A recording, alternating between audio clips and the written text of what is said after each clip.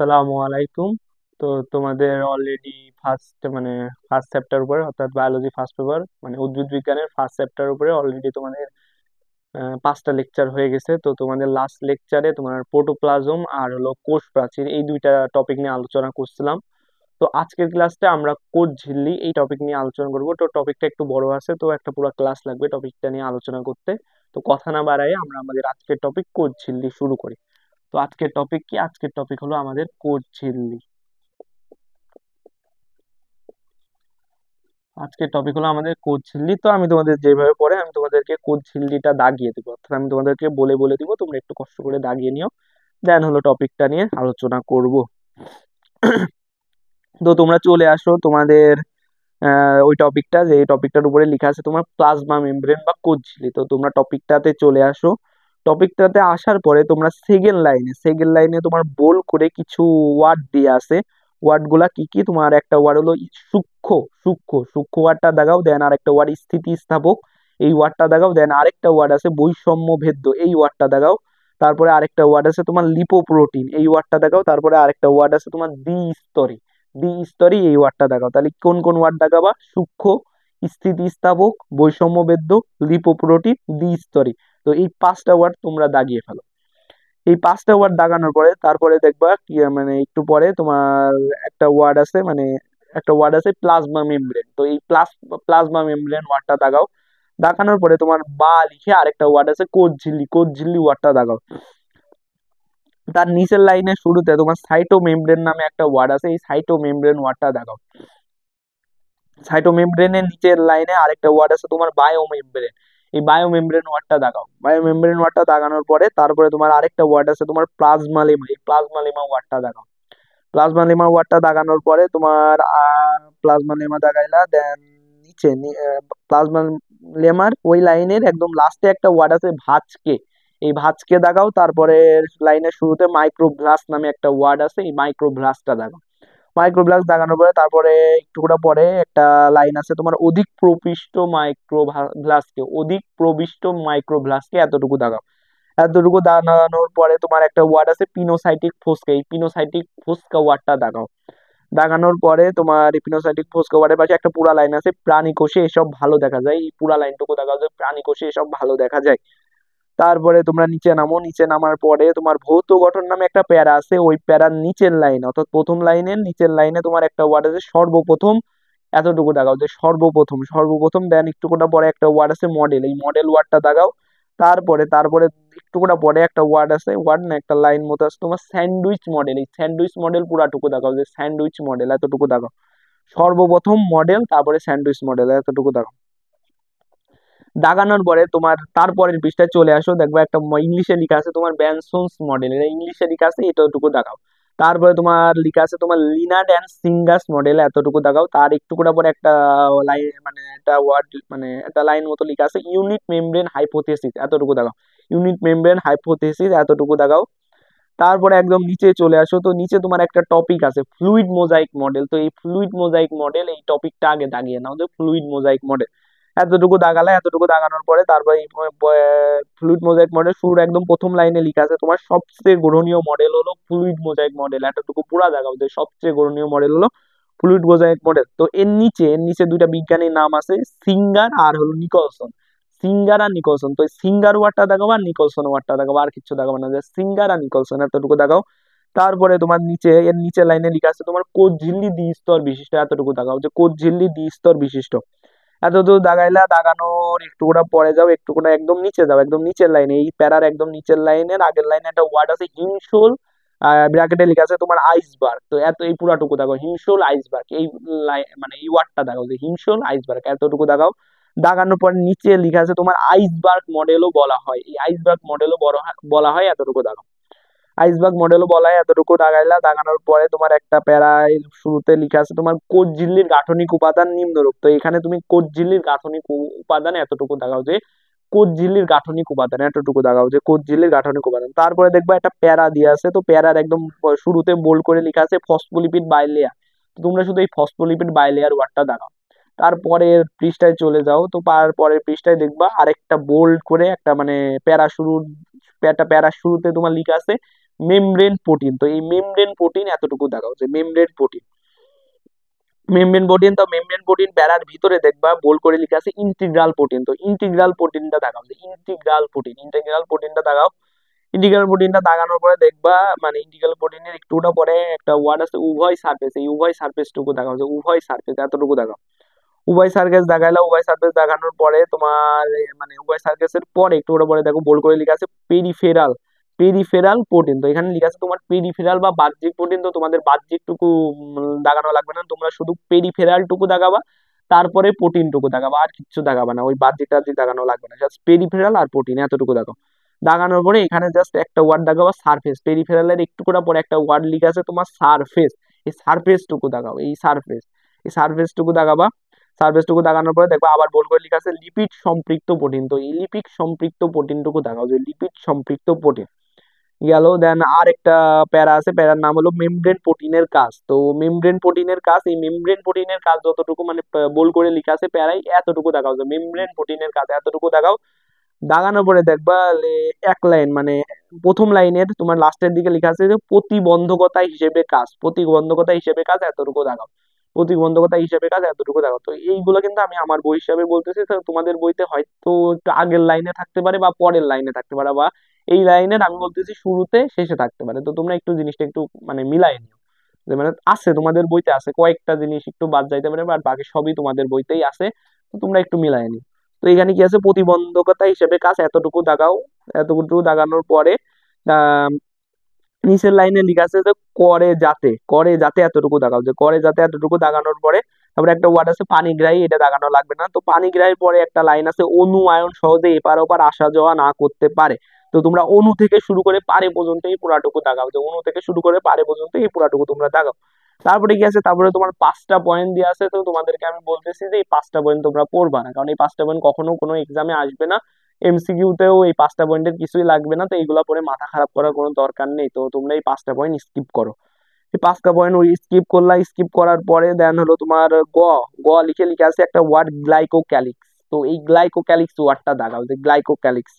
তো গ্লাইকোক্যালিক্স ওয়ার্ডটা দাগাও, দাগাইলা দেন এই গ্লাইকোক্যালিক্স প্যারা শুরুর দিকে একটা মানে লিখা আছে তোমার চিনির স্তর, চিনির স্তর এতটুকু দাগাও, চিনির স্তর দাগাইলা। দেন তোমার লিখা আছে হলো তারপরে একটা ওয়ার্ড আছে ফসফোলিপিড, এই ফসফোলিপিড ওয়ার্ডটা দাগাও, ফসফোলিপিড ওয়ার্ডটা দাগাইলা। দেন দাগানোর একটু করে পরে দেখবা আরেকটাও আছে কার্বোহাইড্রেট, কার্বোহাইড্রেট দাগাও। তারপরে লেখা আছে গ্লাইকোলিপিড, গ্লাইকোলিপিড দাগাও। তারপরে লেখা আছে তোমার প্রোটিন, প্রোটিনটা দাগাও। তারপরে আরেকটা ওয়ার্ড আছে কার্বোহাইড্রেট, কার্বোহাইড্রেট ওয়ার্ডটা দাগাও। তারপরে আরেকটা ওয়ার্ড আছে গ্লাইকোপ্রোটিন, এই গ্লাইকোপ্রোটিন ওয়ার্ডটা দাগাও। তারপরে আবার দেখবা এই গ্লাইকোক্যালিক্স ওয়ার্ডটা আছে নিচের লাইনে, নিচের লাইনে অর্থাৎ গ্লাইকোক্যালিক্স প্যারার লাস্ট লাইনের ওই লাইনে তুমি দেখবা যে শুরুর দিকে তোমার একটা ওয়ার্ড আছে গ্লাইকোক্যালিক্স। তো ওই গ্লাইকোক্যালিক্স ওয়ার্ডটা আবার দাগাও। দাগাইলা, দাগানোর পর দেখবা খ নাম্বার দিয়ে আরেকটা প্যারা দিয়ে আছে যেখানে লেখা আছে কোলেস্টেরল। তো এই কোলেস্টেরল ওয়ার্ডটা দাগাও। কোলেস্টেরল ওয়ার্ডটা দাগানোর পরে দেখবা প্রথম লাইনে লেখা আছে লিপিড জাতীয় পদার্থ, এই লিপিড জাতীয় পদার্থটা দাগাও, যে লিপিড জাতীয় পদার্থ এতটুকু দাগাও। লিপিড জাতীয় পদার্থ দাগানোর পরে তারপরে লিখা আছে দেখবা একটু করে পরে লেখা আছে এটি স্টেরয়েড, এটি স্টেরয়েড এতটুকু দাগাও, যে এটি স্টেরয়েড এতটুকু দাগাও।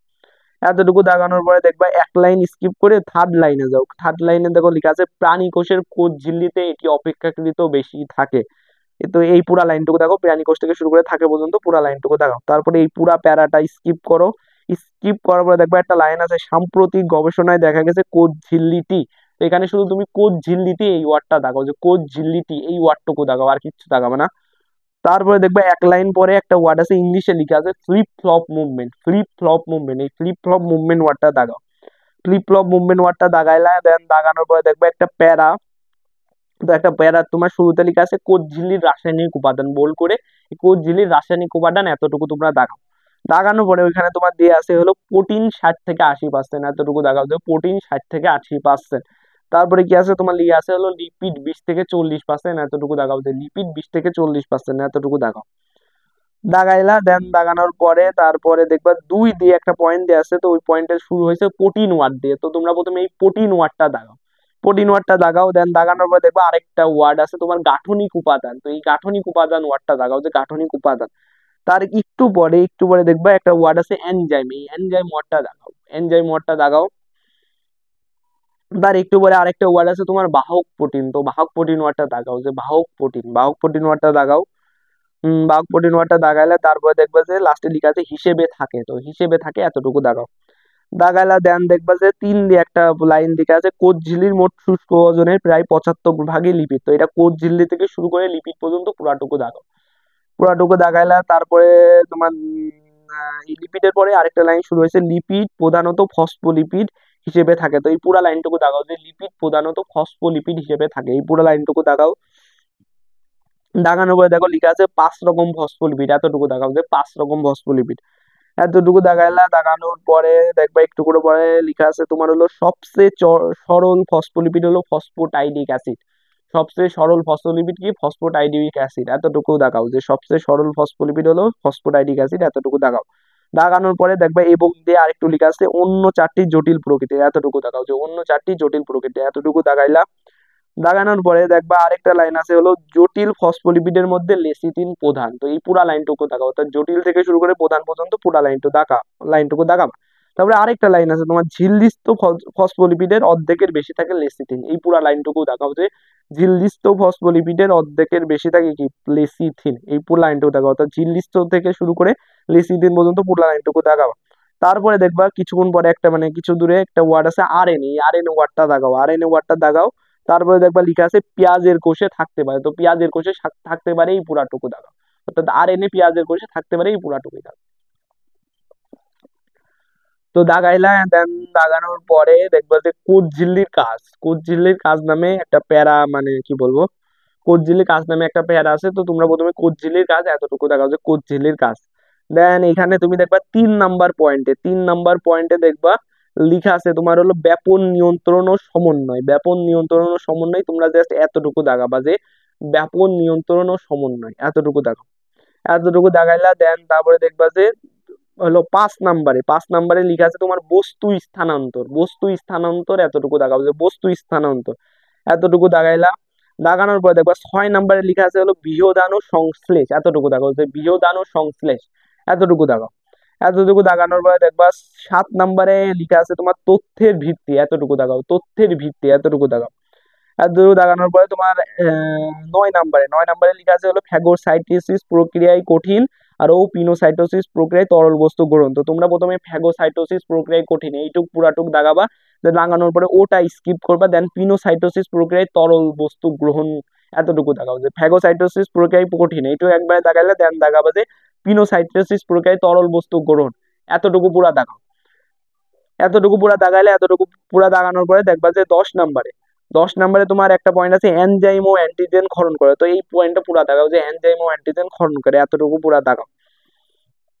তারপর দেখবা যে 11 নম্বরে একটা পয়েন্ট আছে নিউরো ট্রান্সমিটার হরমোন ইত্যাদি রূপে তথ্য সংগ্রহ করে, তো এইটুকু দেখাও যে নিউরো ট্রান্সমিটার থেকে নিউরো ট্রান্সমিটার হরমোন, এতটুকু দেখাও। দেন ইত্যাদিটা স্কিপ করবা, তারপরে লিখবা যে তারপরে দেখাবা যে রূপে তথ্য গ্রহণ করে, অর্থাৎ ইত্যাদি স্কিপ করে নিউরো ট্রান্সমিটার আর হরমোন দেখাবা, তারপরে দেখাবা হলো রূপে তথ্য গ্রহণ করে, এতটুকু দেখাও। দাগানোর পরে দেখবা যে তোমার ইসে আছে তোমার 12 নম্বরে লেখা আছে স্নায়ু উদ্দীপনা সংবহন করে, স্নায়ু উদ্দীপনা সংবহন করে, তো এতটুকু দেখা যায় স্নায়ু উদ্দীপনা সংবহন করে, স্নায়ু উদ্দীপনা সংবহন করে, এতটুকু দাগাইলা। দাগানোর পরে এই আমার বইতে তোমার হলো আরো 2টা এক্সট্রা পয়েন্ট আছে, এটা তোমার আগের বইতে নেই, এখন যাদের কাছে নতুন বই আছে তারা এই 2টা পয়েন্ট পাবা, আর যাদের কাছে নতুন বই নেই তারা এই 2টা পয়েন্ট পাবা না। এখন অনেকে চাইলে আমি বলতেছি লিখে নিতে পারো, আর অনেকে চাইলে না লিখতেও পারো, কারণ এই 2টা পয়েন্ট বাদেও মোটামুটি অনেকগুলো পয়েন্ট সম্পর্কে আমরা জেনে যাব। তো এই 2টা পয়েন্ট মানে না লিখলে যে অনেক বড় কিছু হয়ে যাবে এমন কিছু না, না লিখলেও প্রবলেম হবে না। তো পয়েন্ট 2টা কি তোমার হলো 13 নম্বর পয়েন্টে তোমার লেখা আছে ব্যাকটেরিয়ার কোষ ঝিল্লি বা ভাঁজ হয়ে মেসোজোম সৃষ্টি করে, মেসোজোম সৃষ্টি করে, যদি এই এতটুকু দেখাবা যে ব্যাকটেরিয়া থেকে শুরু করে সৃষ্টি করে পর্যন্ত পুরাটুকু দেখাবা। তারপরে দেখবা লেখা আছে শক্তি উৎপাদন, যা শক্তি উৎপাদন করে, এখানে শক্তি উৎপাদন এতটুকু দেখাও। তারপরে তোমার হলো 14 নম্বরে লেখা আছে হলো গ্লাইকোক্যালিক্স কোষের শনাক্তকারী হিসেবে কাজ করে, গ্লাইকোক্যালিক্স কোষের শনাক্তকারী হিসেবে কাজ করে, এই পুরা লাইনটুকুই দেখাও যে গ্লাইকোক্যালিক্স কোষের শনাক্তকারী ব্র্যাকেটে রিকগনাইজার আছে, এতটুকুই দেখাও, পুরা লাইনটুকুই দেখাও। তারপরে তোমার দিয়ে আছে হলো কোষ ঝিল্লির বিভিন্ন অবস্থা, তো ওই কোষ ঝিল্লির বিভিন্ন অবস্থা এতটুকু দেখাও যে কোষ ঝিল্লির বিভিন্ন অবস্থা, এতটুকু দেখাইলে দেন দাগানোর পরে বোল্ড করে লেখা আছে তোমার মাইক্রোভিলাই, এটা দেখাও। মাইক্রোভিলাই দাগানোর পরে দেখবা ভিতরে ঢুকে প্রথমে একটা ওয়ার্ড আছে অন্ত্র, তো এই অন্ত্রটুকু দেখাও। অন্ত্রটুকু দাগানোর পরে এই মাইক্রোভিলাই প্যারার একদম লাস্টে লেখা আছে হলো কোষের শোষণ অঞ্চলের আয়তন বৃদ্ধি করা, তো এই পুরাটুকু দাগাও, অর্থাৎ কোষের থেকে শুরু করে বৃদ্ধি করা পর্যন্ত এই পুরাটুকু দাগাও। দাগানোর পরে দেখবা বোল্ড করে আরেকটা পয়েন্ট 2 নাম্বার দিয়ে লেখা আছে ডেজমোজোম। তো এই ডেজমোজোম টুকু দাগাও, ডেজমোজোম। তো ডেজমোজোম টুকু দাগাইলা। তারপরে 3 নাম্বারে আছে তোমার ফ্যাগোসাইটিক ভেসিকল। ফ্যাগোসাইটিক ভেসিকল এতটুকু দেখাও, যে ফ্যাগোসাইটিক ভেসিকল এতটুকু দাগাইলা। দাগানোর পরে এই ফ্যাগোসাইটিক ভেসিকলের ভিতরে দেখবা লেখা আছে কঠিন খাদ্য কণা। কঠিন খাদ্য কণা এতটুকু দেখাও, যে কঠিন খাদ্য কণা। দেন তোমার 4 নাম্বারে আছে, 4 নাম্বারে তোমার বল করে লেখা আছে পিনোসাইটিক ভেসিকল, এতটুকু দেখাও, যে পিনোসাইটিক ভেসিকল।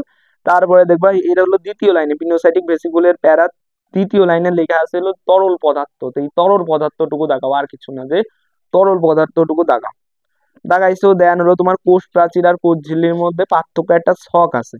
তো ছক আছে, তো ছকটাও একটু দাগাই রাখো। তো ছকটা কি দাগাবা, তোমার কোষ প্রাচীর কোষ ঝিল্লি গেল। এখন কোষ প্রাচীরের তোমার ফার্স্ট পয়েন্টে দেখবা লেখা আছে হলো নির্জীব। নির্জীব বা জ্বর, এতটুকু দেখাও, যে নির্জীব বা জ্বর।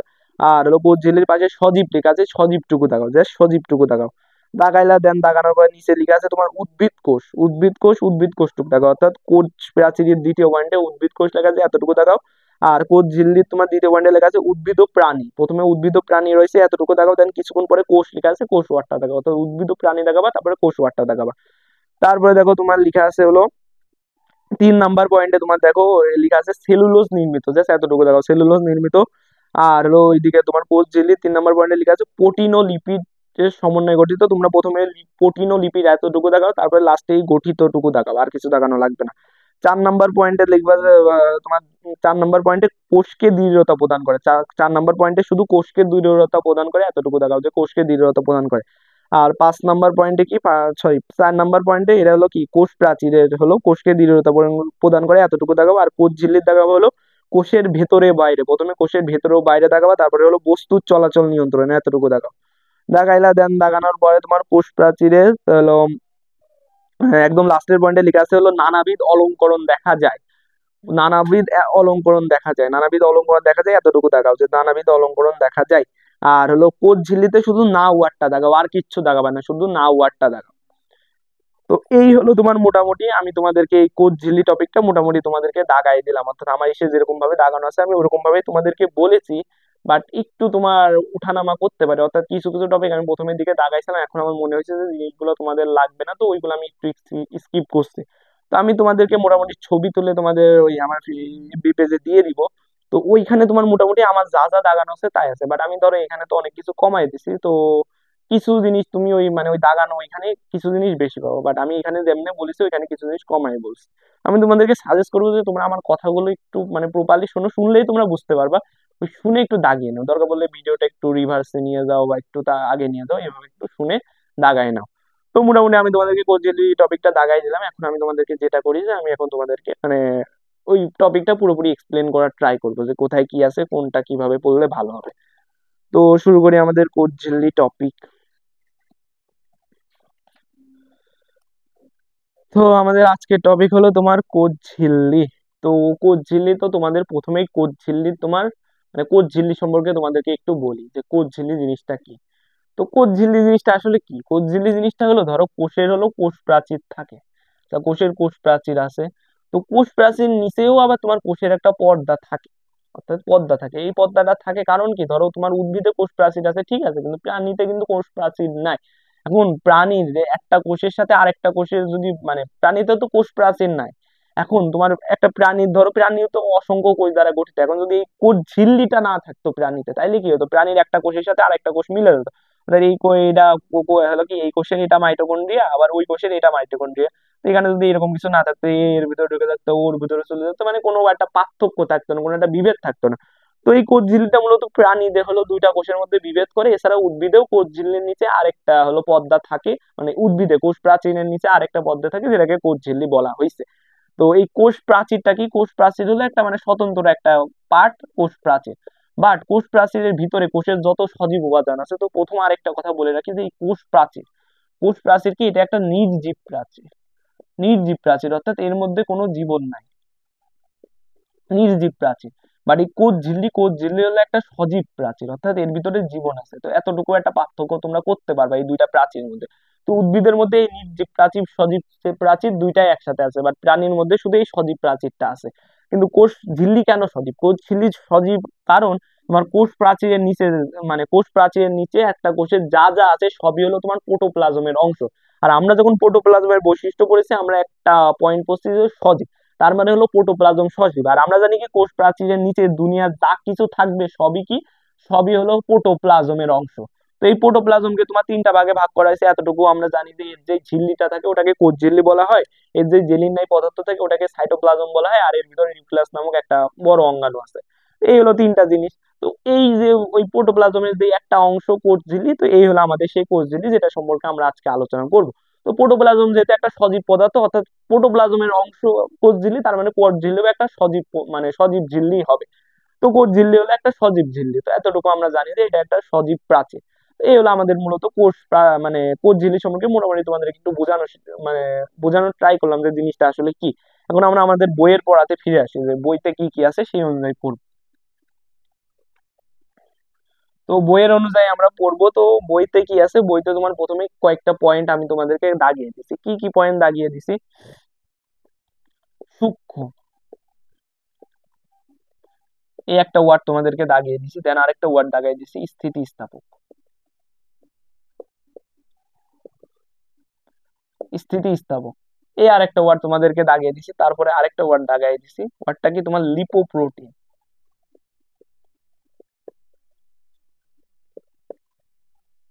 দেন আরেকটা ওয়ার্ড দাগাই দিছি তোমাদেরকে, ওয়ার্ডটা কি, ওয়ার্ডটা হলো তোমার দ্বিস্তরী। আরেকটা ওয়ার্ড দাগাইছি, ওয়ার্ডটা কি তোমার বৈষম্য ভিত্ত।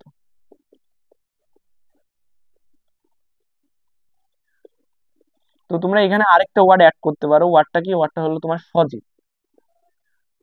এই ওয়ার্ডটা তোমরা অ্যাড করতে পারো, যেটা আমরা প্রোটোপ্লাজম থেকে আমি নিচ্ছি, কিন্তু আসলে মানে যাই প্রোটোপ্লাজম তাই করছিলি, তো আমরা এই সজীব ওয়ার্ডটা এখানে অ্যাড করতে পারি। তো এখানেও আমরা ওই প্রোটোপ্লাজমে যেমন ওই যে 7টা ওয়ার্ড পাইছিলাম, যেমন এখানেও কিন্তু আমরা 6টা ওয়ার্ড পালাম, এই যে 5টা আর এই যে আমি একটা অ্যাড করলাম 6টা। তো 6টা ওয়ার্ড তোমরা পাইলা। এখন কথা হলো এই 6টা ওয়ার্ড, তো এই 6টা ওয়ার্ড কি, এই 6টা হলো কোষ ঝিল্লির বৈশিষ্ট্য। অর্থাৎ কোষ ঝিল্লি কি, কোষ ঝিল্লি মূলত কি একটা পর্দা টাইপ, অর্থাৎ কোষের একটা আবরণ টাইপ। তো আমি তোমাদেরকে আগে একটা ক্লাসে বলেছি যে যাই আবরণ, যাই হলো তোমার মেমব্রেন, যাই হলো তোমার পর্দা, সবই সেম জিনিস। অর্থাৎ মেমব্রেন, আবরণ বলো, পর্দা বলো, ঝিল্লি বলো, কিছুর মধ্যে কোনো পার্থক্য নেই। তো কোষ ঝিল্লি হলো কোষের একটা আবরণ। তো এই আবরণটা কেমন হবে, এই আবরণটা সূক্ষ্ম টাইপের হবে। অর্থাৎ সূক্ষ্ম বলতে মানে জিনিসটার মানে কি বলবো, ওর গঠনটা অনেক সূক্ষ্ম টাইপের হবে। মানে তুমি মাথায় রাখবা যে এর বৈশিষ্ট্য, এর একটা হলো এর একটা সূক্ষ্ম একটা পর্দা, অনেক সূক্ষ্ম একটা পর্দা। দেন কি, দেন হলো এটা স্থিতিস্থাপক। তো স্থিতিস্থাপক কি আমরা বুঝি, আমরা সবাই কি, আমরা সবাই গার্ডার চিনি। গার্ডার চিনি, অর্থাৎ যে যে জিনিসটা কি বলবো এরকম গোল থাকে, আমরা হাতে পরে থাকি, বা বিভিন্ন ওই যে বিভিন্ন মিষ্টির বাক্স, মানে কি বলবো মিষ্টির যে খোলা থাকে ওইখানে লাগানো থাকে, বিভিন্ন খোলাতে লাগানো থাকে গার্ডার। তো গার্ডার কি, গার্ডার হলো তুমি যদি এমনি টান দাও, টান দিলেও কিন্তু সে মানে টান দিয়ে ছেড়ে দাও, দেখবা ও ওর আগের জায়গায় ফিরে আসছে। তো স্থিতিস্থাপক, তো এই গার্ডারের মানে যেই ধর্মের কারণে সে তার আগের অবস্থায় ফিরে আসে, ওই ধর্মটাকে স্থিতিস্থাপকতা বলে। তো এই স্থিতিস্থাপকতার সাথে তোমার হলো কোষ ঝিল্লির সম্পর্ক, কিন্তু কোষ ঝিল্লি তো একটা ঝিল্লি তাই না, মানে একটা আবরণ টাইপের। তো এই আবরণটাও এমন, ধরো ধরো তুমি এই আবরণটা এইভাবে এইদিকে টান দিলা, এদিকে তুমি আবরণটা টান দিলা, তারপরে ছেড়ে দিলা, তারপরে কি হলো, ছেড়ে দিলে কি হবে, আবরণটা আবার এই জায়গাটা ফিরে আসবে। বাট এটা যদি স্থিতিস্থাপক না হতো, প্রথমত তুমি টান দিতেই পারতা না। আর টান দিতে পারলেও সে কখনো তার আগের জায়গায় ফিরে আসতো না। তার মানে তোমার কোষ ঝিল্লির আরেকটা বৈশিষ্ট্য হলো সে হলো স্থিতিস্থাপক। দেন হলো লিপোপ্রোটিন। তো লিপোপ্রোটিন ওয়ার্ডটা কেন লিখছি, এই যে কোষ ঝিল্লিটা তোমার প্রধানত হলো লিপিড আর প্রোটিন দ্বারা তৈরি। অর্থাৎ এই যে কোষ ঝিল্লি, এটা মূলত তোমার লিপিড আর প্রোটিন দ্বারা তৈরি। এখন কথা হলো ভাই, এখানে কি শুধু লিপিড আর প্রোটিন থাকবে না, এখানে লিপিড আর প্রোটিনের সাথেও আরো বিভিন্ন কিছু থাকবে, কিন্তু এখানে তুমি প্রধানত লিপিড আর প্রোটিনই পাবা। লিপিড আর প্রোটিনে পাবা, আর কিছু মানে আর পাবা আরো কয়েকটা জিনিস পাবা, বাট ম্যাক্সিমাম হলো লিপিড আর প্রোটিন থাকবে। আমি বলছি যে বায়োলজি ম্যাক্সিমাম জিনিস নিয়েই কাজ করে, কোনো জিনিস ম্যাক্সিমাম হয়ে গেলে ওটাকে তোমার বসায় দিয়ে যে এটাই এর বৈশিষ্ট্য, আর বাকি যা আছে সব হলো এক্সেপশন। তার মানে এটা হলো তোমার লিপিড, প্রধানত লিপিড আর প্রোটিন নির্মিত। এই হলো আরেকটা পয়েন্ট। দেন আরেকটা পয়েন্ট কি, দ্বিস্তরী। তো এই কোষ ঝিল্লি কি তোমার দুইটা স্তর নিয়ে গঠিত, মানে এর হলো দুইটা স্তর। এর হলো কি দুইটা স্তর, মানে এটা এরকম না যে ধরো এই হলো কোষ প্রাচীর, তারপরে যে এই হলো কোষ ঝিল্লি, এরকম না, এরকম না, এটা হলো তোমার দুইটা স্তর থাকে। এই দুইটা স্তরের ভিতরে তোমার এই যে লিপিড, প্রোটিন, এরকম আরো বিভিন্ন কিছু এই স্তরের মধ্যে থাকে। এর জন্য এটাকে তোমার দ্বিস্তরী বলা হয়েছে। তারপরে আরেকটা বৈশিষ্ট্য হলো বৈষম্য ভেদ্য। তো তোমাদেরকে লাস্ট ভিডিওর একদম শেষের দিকে বলছিলাম যে বৈষম্য ভেদ্য জিনিসটা কি। তো বৈষম্য ভেদ্য জিনিসটা কি, বৈষম্য ভেদ্য জিনিসটা হলো আমরা যে পড়ছি যে পদ্মা বলছি, পদ্মা কেমন হয়, ভেদ্য, অভেদ্য আর বৈষম্য ভেদ্য হয়।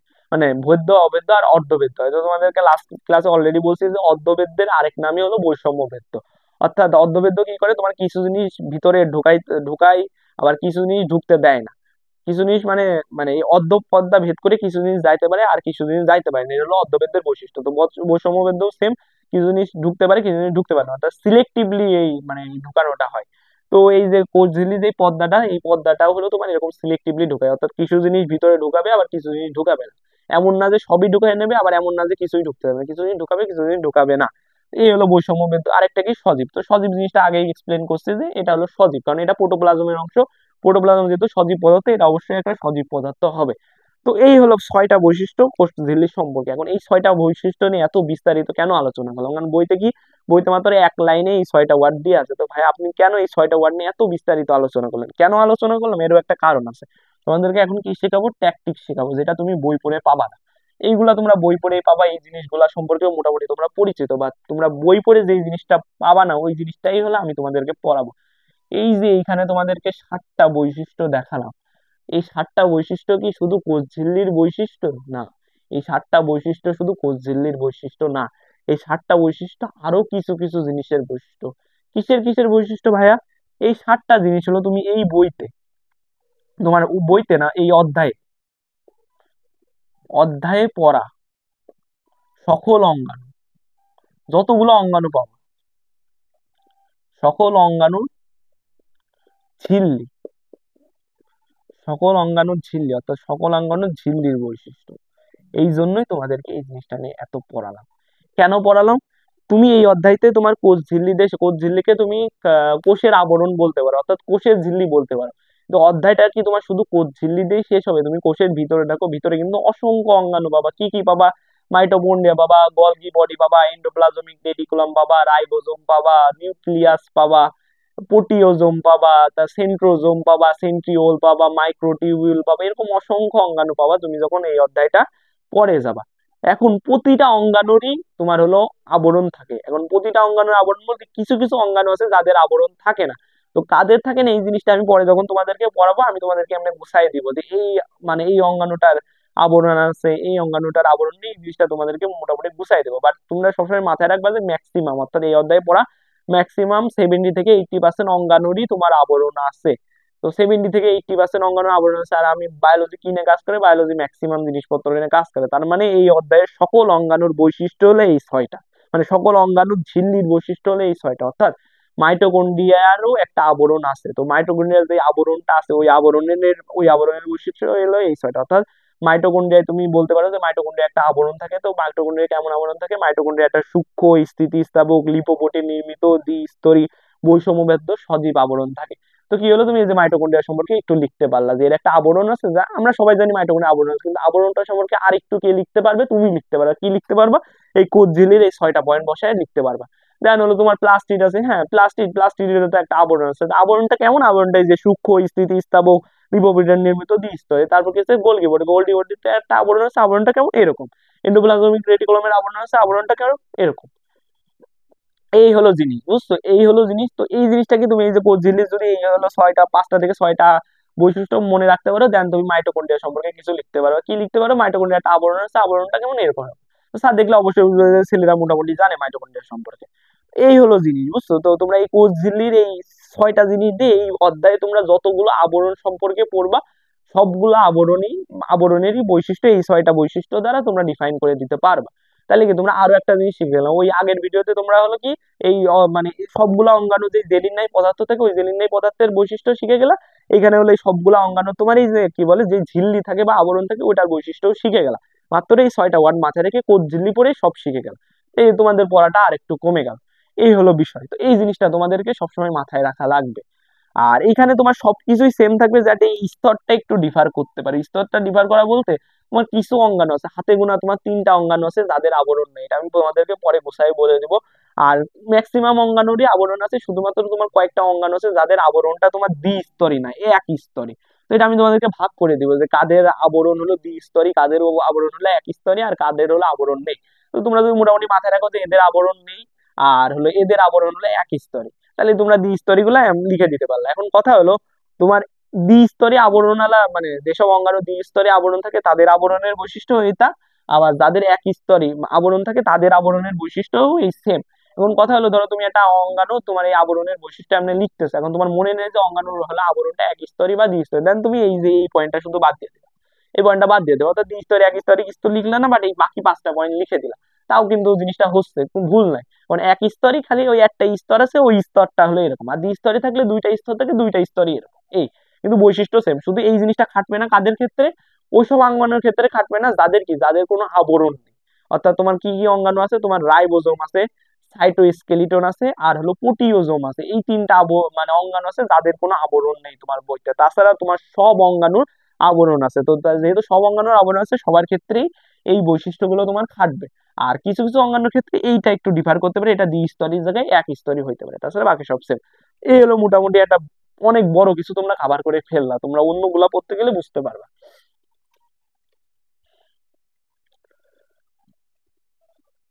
তো এই জিনিসটাই, এই হলো প্রথমের দিকের পড়া, তো এটা তোমাদেরকে মোটামুটি আমি এক্সপ্লেন করে দিলাম। তো তারপরে কি, তারপরে এই যে কোষ ঝিল্লি সম্পর্কে আমরা পড়তেছি, তো এই কোষ ঝিল্লির আবার অনেকগুলা নাম আছে, তো তোমরা নামগুলো একটু গুছায় পড়ে রাখবা। কি কি নাম আছে এই কোষ ঝিল্লিকে, তোমার প্লাজমা মেমব্রেন বলা হয়, মানে এটা ইংলিশ প্লাজমা মেমব্রেন বলা হয়, তো এটা বাংলাতে এটা লিখে রাখে, তো এটা আরেকটা নাম প্লাজমা। কিন্তু শুধু প্লাজমা মেমব্রেন, এর আরো নাম আছে, এর কি একে কি বলা হয়, একে তোমার বায়ো মেমব্রেন বলা হয়, বায়ো মেমব্রেন বলা হয়, মেমব্রেন বলা হয়। তারপরে এর আরেকটা নাম আছে তোমার সাইটো মেমব্রেন বলা হয়, সাইটো মেমব্রেন বলা হয়। Then আরেকটা নাম আছে তোমার প্লাজমা লেমা বলা হয়, প্লাজমা লেমা বলা হয়। তো অনেক নাম আছে। এখন কথা হলো কোষ ঝিল্লি ওয়ার্ডটা আমাদের সবারই মাথায় থাকে, কোষ ঝিল্লি ওয়ার্ডটা আমরা ভুলি না। তোমরা জাস্ট এই প্লাজমা মেমব্রেন ওয়ার্ডটা একটু মাথায় রাখবা। প্লাজমা মেমব্রেন ওয়ার্ডটা কেন মাথায় রাখবো, এই প্লাজমা মেমব্রেন ওয়ার্ডটা মাথায় রাখলে তোমরা এই যে বাকি তিনটা নাম আছে এটা ইজিলি মাথায় রাখতে পারবা। কারণ কি, এই যে মেমব্রেন, প্লাজমা মেমব্রেনকে দুই ভাগে ভাগ করো, এই প্লাজমা পাবা আর মেমব্রেন পাবা। তো এই মেমব্রেন দিয়ে দুইটা নাম আছে, বায়ো মেমব্রেন আর সাইটো মেমব্রেন। তো এই দুইটা নাম মূলত মেমব্রেন দিয়ে, তো মেমব্রেন কথাটা মাথায় আসলে মাথায় আসবে যে বায়ো সাইটো এইগুলো দিয়ে, বায়ো মেমব্রেন আর সাইটো মেমব্রেন। আর প্লাজমা ওয়ার্ডটা কেন ভাগ করলাম, এই যে এই ওয়ার্ডটা, তো প্লাজমা দ্বারা এই ওয়ার্ডটা মাথায় রাখতে হবে যে প্লাজমা, প্লাজমার সাথে লেমা আছে, তাহলে প্লাজমা লেমা। তোমরা যদি দুইটা ওয়ার্ড মাথায় রাখো, কোষ ঝিল্লি তো এমনি মনে থাকবে, আর প্লাজমা মেমব্রেন ওয়ার্ডটা মাথায় রাখবে, দেন তুমি প্লাজমা মেমব্রেনের দুই ভাগে ভাগ করো। প্লাজমা মেমব্রেনের ভাগ করলে কি পাবো, প্লাজমা আর মেমব্রেন পাবো, তাইলে কি আছে প্লাজমা, তো প্লাজমা দিয়ে একটা নাম আছে প্লাজমা লেমা। আরেকটা নাম শিখে গেলে তারপরে মেমব্রেন, তো মেমব্রেন দিয়ে কি, মেমব্রেন দিয়ে দুইটা নাম আছে, কি কি তোমার হলো বায়ো মেমব্রেন আর সাইটো মেমব্রেন। তো আরো দুইটা নাম শিখো, এরকম করে তোমার এই যে কয়টা কোষ ঝিল্লির কয়টা নাম, চারটা নামই তুমি মোটামুটি শিখে গেলে একটা নাম দিয়ে। তো এইভাবে তোমরা মাথায় রাখতে পারো নামগুলো। গেল।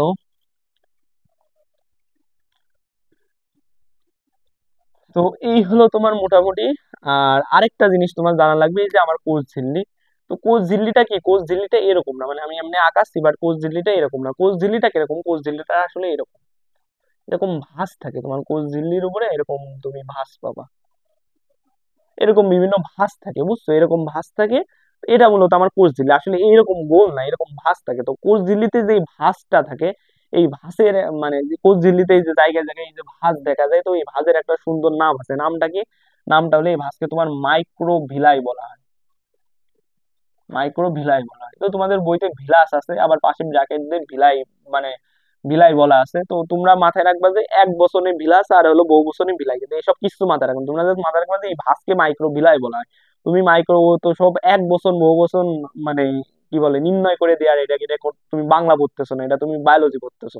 তো এখানে অত বসন টসন ঠিক করা লাগবে না, তোমরা জাস্ট সিম্পলি একটা কথা বলবা যে এই হলো প্লাজমা মেমব্রেনের একটা ভাঁজ দেখা যায়, এই ভাঁজকে হলো মাইক্রোভিলাই বলা হয়, এতটুকু জানলেই হচ্ছে যে মাইক্রোভিলাই বলা হয়। বা যদি তোমার যদি মাইক্রোভিলাই না মনে থাকে, মাইক্রোভিলাস মনে থাকে, জাস্ট মাইক্রোভিলাস বলে দেবে, একটা মনে ই করলেই, মানে একটা লিখলেই হচ্ছে, ওই স্যার অত দেখবে না যে এক বছর নাকি বহু বছর নাকি। তো মাথায় রাখবা যে একটা ভাঁজ থাকে, ভাঁজটার নাম হলো মাইক্রোভিলাই, শেষ। জাস্ট এই ওয়ার্ডটা মাথায় রাখবা যে মাইক্রোভিলাই। আমি তোমাদেরকে সাজেস্ট করবো মাইক্রোভিলাই মাথায় রাখবা, যে মাইক্রোভিলাই, অর্থাৎ প্লাজমা মেমব্রেনের একটা ভাঁজ থাকে, ভাঁজকে মাইক্রোভিলাই বলে। এই হলো একটা জিনিস। আরেকটা জিনিস কি, এই যে ভাঁজগুলো আছে, তো ভাঁজগুলো এরকম নর্মাল ভাঁজ, তো নর্মাল ভাঁজ ছাড়াও কিছু কিছু ভাঁজ আছে যারা মানে অনেক ভিতরে ঢুকে গেছে, তো এইগুলাকে তোমার বইতে বলছে অধিক প্রবিষ্ট ভাঁজ, মানে এগুলো অনেক ভিতরে ঢুকে গেছে। তো এই অধিক প্রবিষ্ট ভাঁজ, তো এই ভাঁজকে কি বলা হয়, মাইক্রোভিলাই। অর্থাৎ এইগুলা কি, এটাও একটা মাইক্রোভিলাই, এই যে এইটা, অর্থাৎ এই ভাঁজটা এটাও তো একটা ভাঁজ, এটাও একটা মাইক্রোভিলাই, এটাও একটা মাইক্রোভিলাই। তো এইগুলার থেকে এটার একটা পার্থক্য কি, এটা অনেক ভিতরে ঢুকে গেছে। তো এটাকে আরেকটা সুন্দর একটা নাম দিয়ে দিছে, এই নামটাকে তোমার কি বলা হয়েছে, এই নামটাকে তোমার বলা হয়েছিল পিনোসাইটিক ফুসকা। পিনোসাইটিক ফুসকা, ফুসকা না কিন্তু, পিনোসাইটিক ফুসকা, ফুসকা। তো এই ওয়ার্ডটা তোমরা একটু মাথায় রাখবা যে পিনোসাইটিক ফুসকা, অর্থাৎ তোমার কি আছে, এর হলো একটা মানে ভাঁজ আছে তোমার এই কোষ ঝিল্লিতে, বিভিন্ন ভাঁজ দেখা যায়, ভাঁজগুলাকে মাইক্রোভিলাই বলা হয়। তো মাইক্রোভিলাইটা যদি অধিক প্রবিষ্ট হয়, মানে অনেক ভিতরে ঢুকে যায়, তাহলে সেটাকে কি বলা হবে, সেটাকে তোমার হলো পিনোসাইটিক ফুসকা বলা হয়। আর এই পিনোসাইটিক ফুসকার সাথে আরেকটা কথা বলা আছে যে এই পিনোসাইটিক ফুসকাটা কি প্রাণী কোষে ভালো দেখা যায়, প্রাণী কোষে ভালো দেখা যায়, ভালো দেখা যায়। এখন প্রাণী কোষে ভালো দেখা যায় এটা কেন বলছে, এটা কেন বলছে, কারণ এই যে তোমার ভাঁজ সব মানে ধরো কোষ ঝিল্লি উদ্ভিদেও আছে প্রাণীতেও আছে, তো উদ্ভিদের কোষ ঝিল্লিতেও ভাঁজ আছে, আবার হলো প্রাণী কোষ ঝিল্লিতেও ভাঁজ আছে, কিন্তু কথা হলো যে অধিক প্রবিষ্ট যে ভাঁজগুলা এইগুলো তোমার প্রাণী কোষে বেশি দেখা যায়। অর্থাৎ একটা ধরো এটা একটা প্রাণীর কোষ ঝিল্লি, এখানে তুমি কয়েকটা ভাঁজ দেখতে পারবে, এরকম কয়েকটা ভাঁজ দেখতে পারবে, আর উদ্ভিদে কতগুলা ভাঁজ দেখতে পারবে না, ভাঁজ দেখতে পারবা, বাট ভাঁজগুলা কি হবে, অধিক প্রবিষ্ট হবে না, তো নর্মাল মাইক্রোভিলাই টাইপের হবে। অধিক প্রবিষ্ট কম দেখতে একটা থাকবে, ধরো একটা থাকলো দুইটা থাকলো, বাট প্রাণীতে অনেকগুলা পাবা। এই জন্য কি প্রাণী কোষে হলে এই পিনোসাইটিক ফোসকা বা অধিক প্রবিষ্ট মাইক্রোভিলাই গুলা বেশি দেখা যায়। এতটুকু একটু মাথায় রাখবা। এই জিনিসটা তোমার বইতে আছে, বই পড়লেও তুমি হালকা পাতলা বুঝতে পারবা, কিন্তু তোমার বইয়ের বাইরে, বইতে যে জিনিসটা নেই ওই জিনিসটা আমি তোমাদেরকে পড়াবো। ওই জিনিসটা কি, ওই জিনিসটা এমন, আবার এমন ভাবো না যে আমি কোনো কি বলবো কোনো হায়ার লেভেলের বই টই ধরে নিয়ে আসে ওইখান থেকে ধরে নিয়ে এসে তোমাদেরকে পড়াচ্ছি, এরকম না। তোমার বইয়ের জিনিসই পড়াচ্ছি, কিন্তু জিনিসটা একটু পরে আছে, এখন পড়াচ্ছি যাতে তোমার জিনিসটা গোছানো থাকে। গোছানো বলতে ঠিক আছে, কি কোষের একটা আবরণ আছে যেটাকে কোষ ঝিল্লি বলা হয়, এখানে ভাঁজ পাওয়া যায়, ভাঁজকে মাইক্রোভিলাই বলা হয়। এতটুকু আমরা শিখে গেলাম। তারপরে কি, তারপরে হলো এই কোষে কিন্তু অনেক অঙ্গাণু আছে, আগেই বলছি যে সব অঙ্গাণুর কি আছে, আবরণ আছে। তো আবরণের কিন্তু তোমার ছয়টা, পাঁচটা থেকে ছয়টা কমন বৈশিষ্ট্য অলরেডি বলে দিছি। এখন কথা হলো ভাই, এই যে কোষ ঝিল্লি এটা তো একটা আবরণ ছিল, কিন্তু এই আবরণের ভাঁজ আছে, তাহলে কি আমার এই কি বলে এই কোষে যত অঙ্গাণু আছে সবার আবরণের ভাঁজ আছে? এখন এর অ্যান্সার হলো হ্যাঁ, ভাঁজ আছে, কিন্তু সব অঙ্গাণুর আবরণে ভাঁজ নেই। তো তাইলে ভাঁজটা মানে তোমার মাত্র কয়েকটা অঙ্গাণু আছে যাদের কি বলে, কয়েকটা অঙ্গাণু আছে যাদের আবরণটা একটু অন্যরকম, তাছাড়া বাকি সবার আবরণ একদম প্লেন, মানে এই যে এটা হলো ম্যাক্সিমাম অঙ্গাণুর আবরণই হলো এরকম। অর্থাৎ এরকম হওয়ার পরে ওই সূক্ষ্ম স্থিতিস্থাপক দ্বিস্তরই হবে, বাট এরকম হবে এই ভাঁজ, মানে যেটা আমরা বললাম এই যে এরকম ভাঁজ দিয়ে যেটা বললাম কোষ ঝিল্লিতে, এরকম আবরণ তুমি খুব কম জায়গায় পাবা। এটা মাথায় রাখবা যে তুমি এই বইতে যত অঙ্গাণু পাবা সবার আবরণই নর্মাল, মানে ভাঁজ থাকে না। এখন কথা হলো তাহলে ভাঁজ থাকে কাদের, এটা আমাদের জানা লাগবে। তো কি আমরা অলরেডি জেনে গেছি যে কোষ ঝিল্লির আবরণে ভাঁজ থাকে। তা আরেকটা অঙ্গাণু আছে যেটাকে তোমার মাইটোকন্ড্রিয়া বলা হয়, মাইটোকন্ড্রিয়া।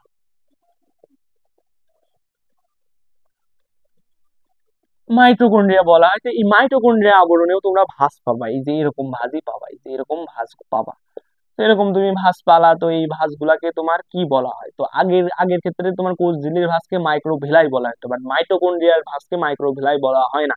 এটার ভাঁজকে কি বলা হয়, এটার ভাঁজের একটা সুন্দর নাম আছে, এটাকে তোমার ক্রিস্টি বলা হয়।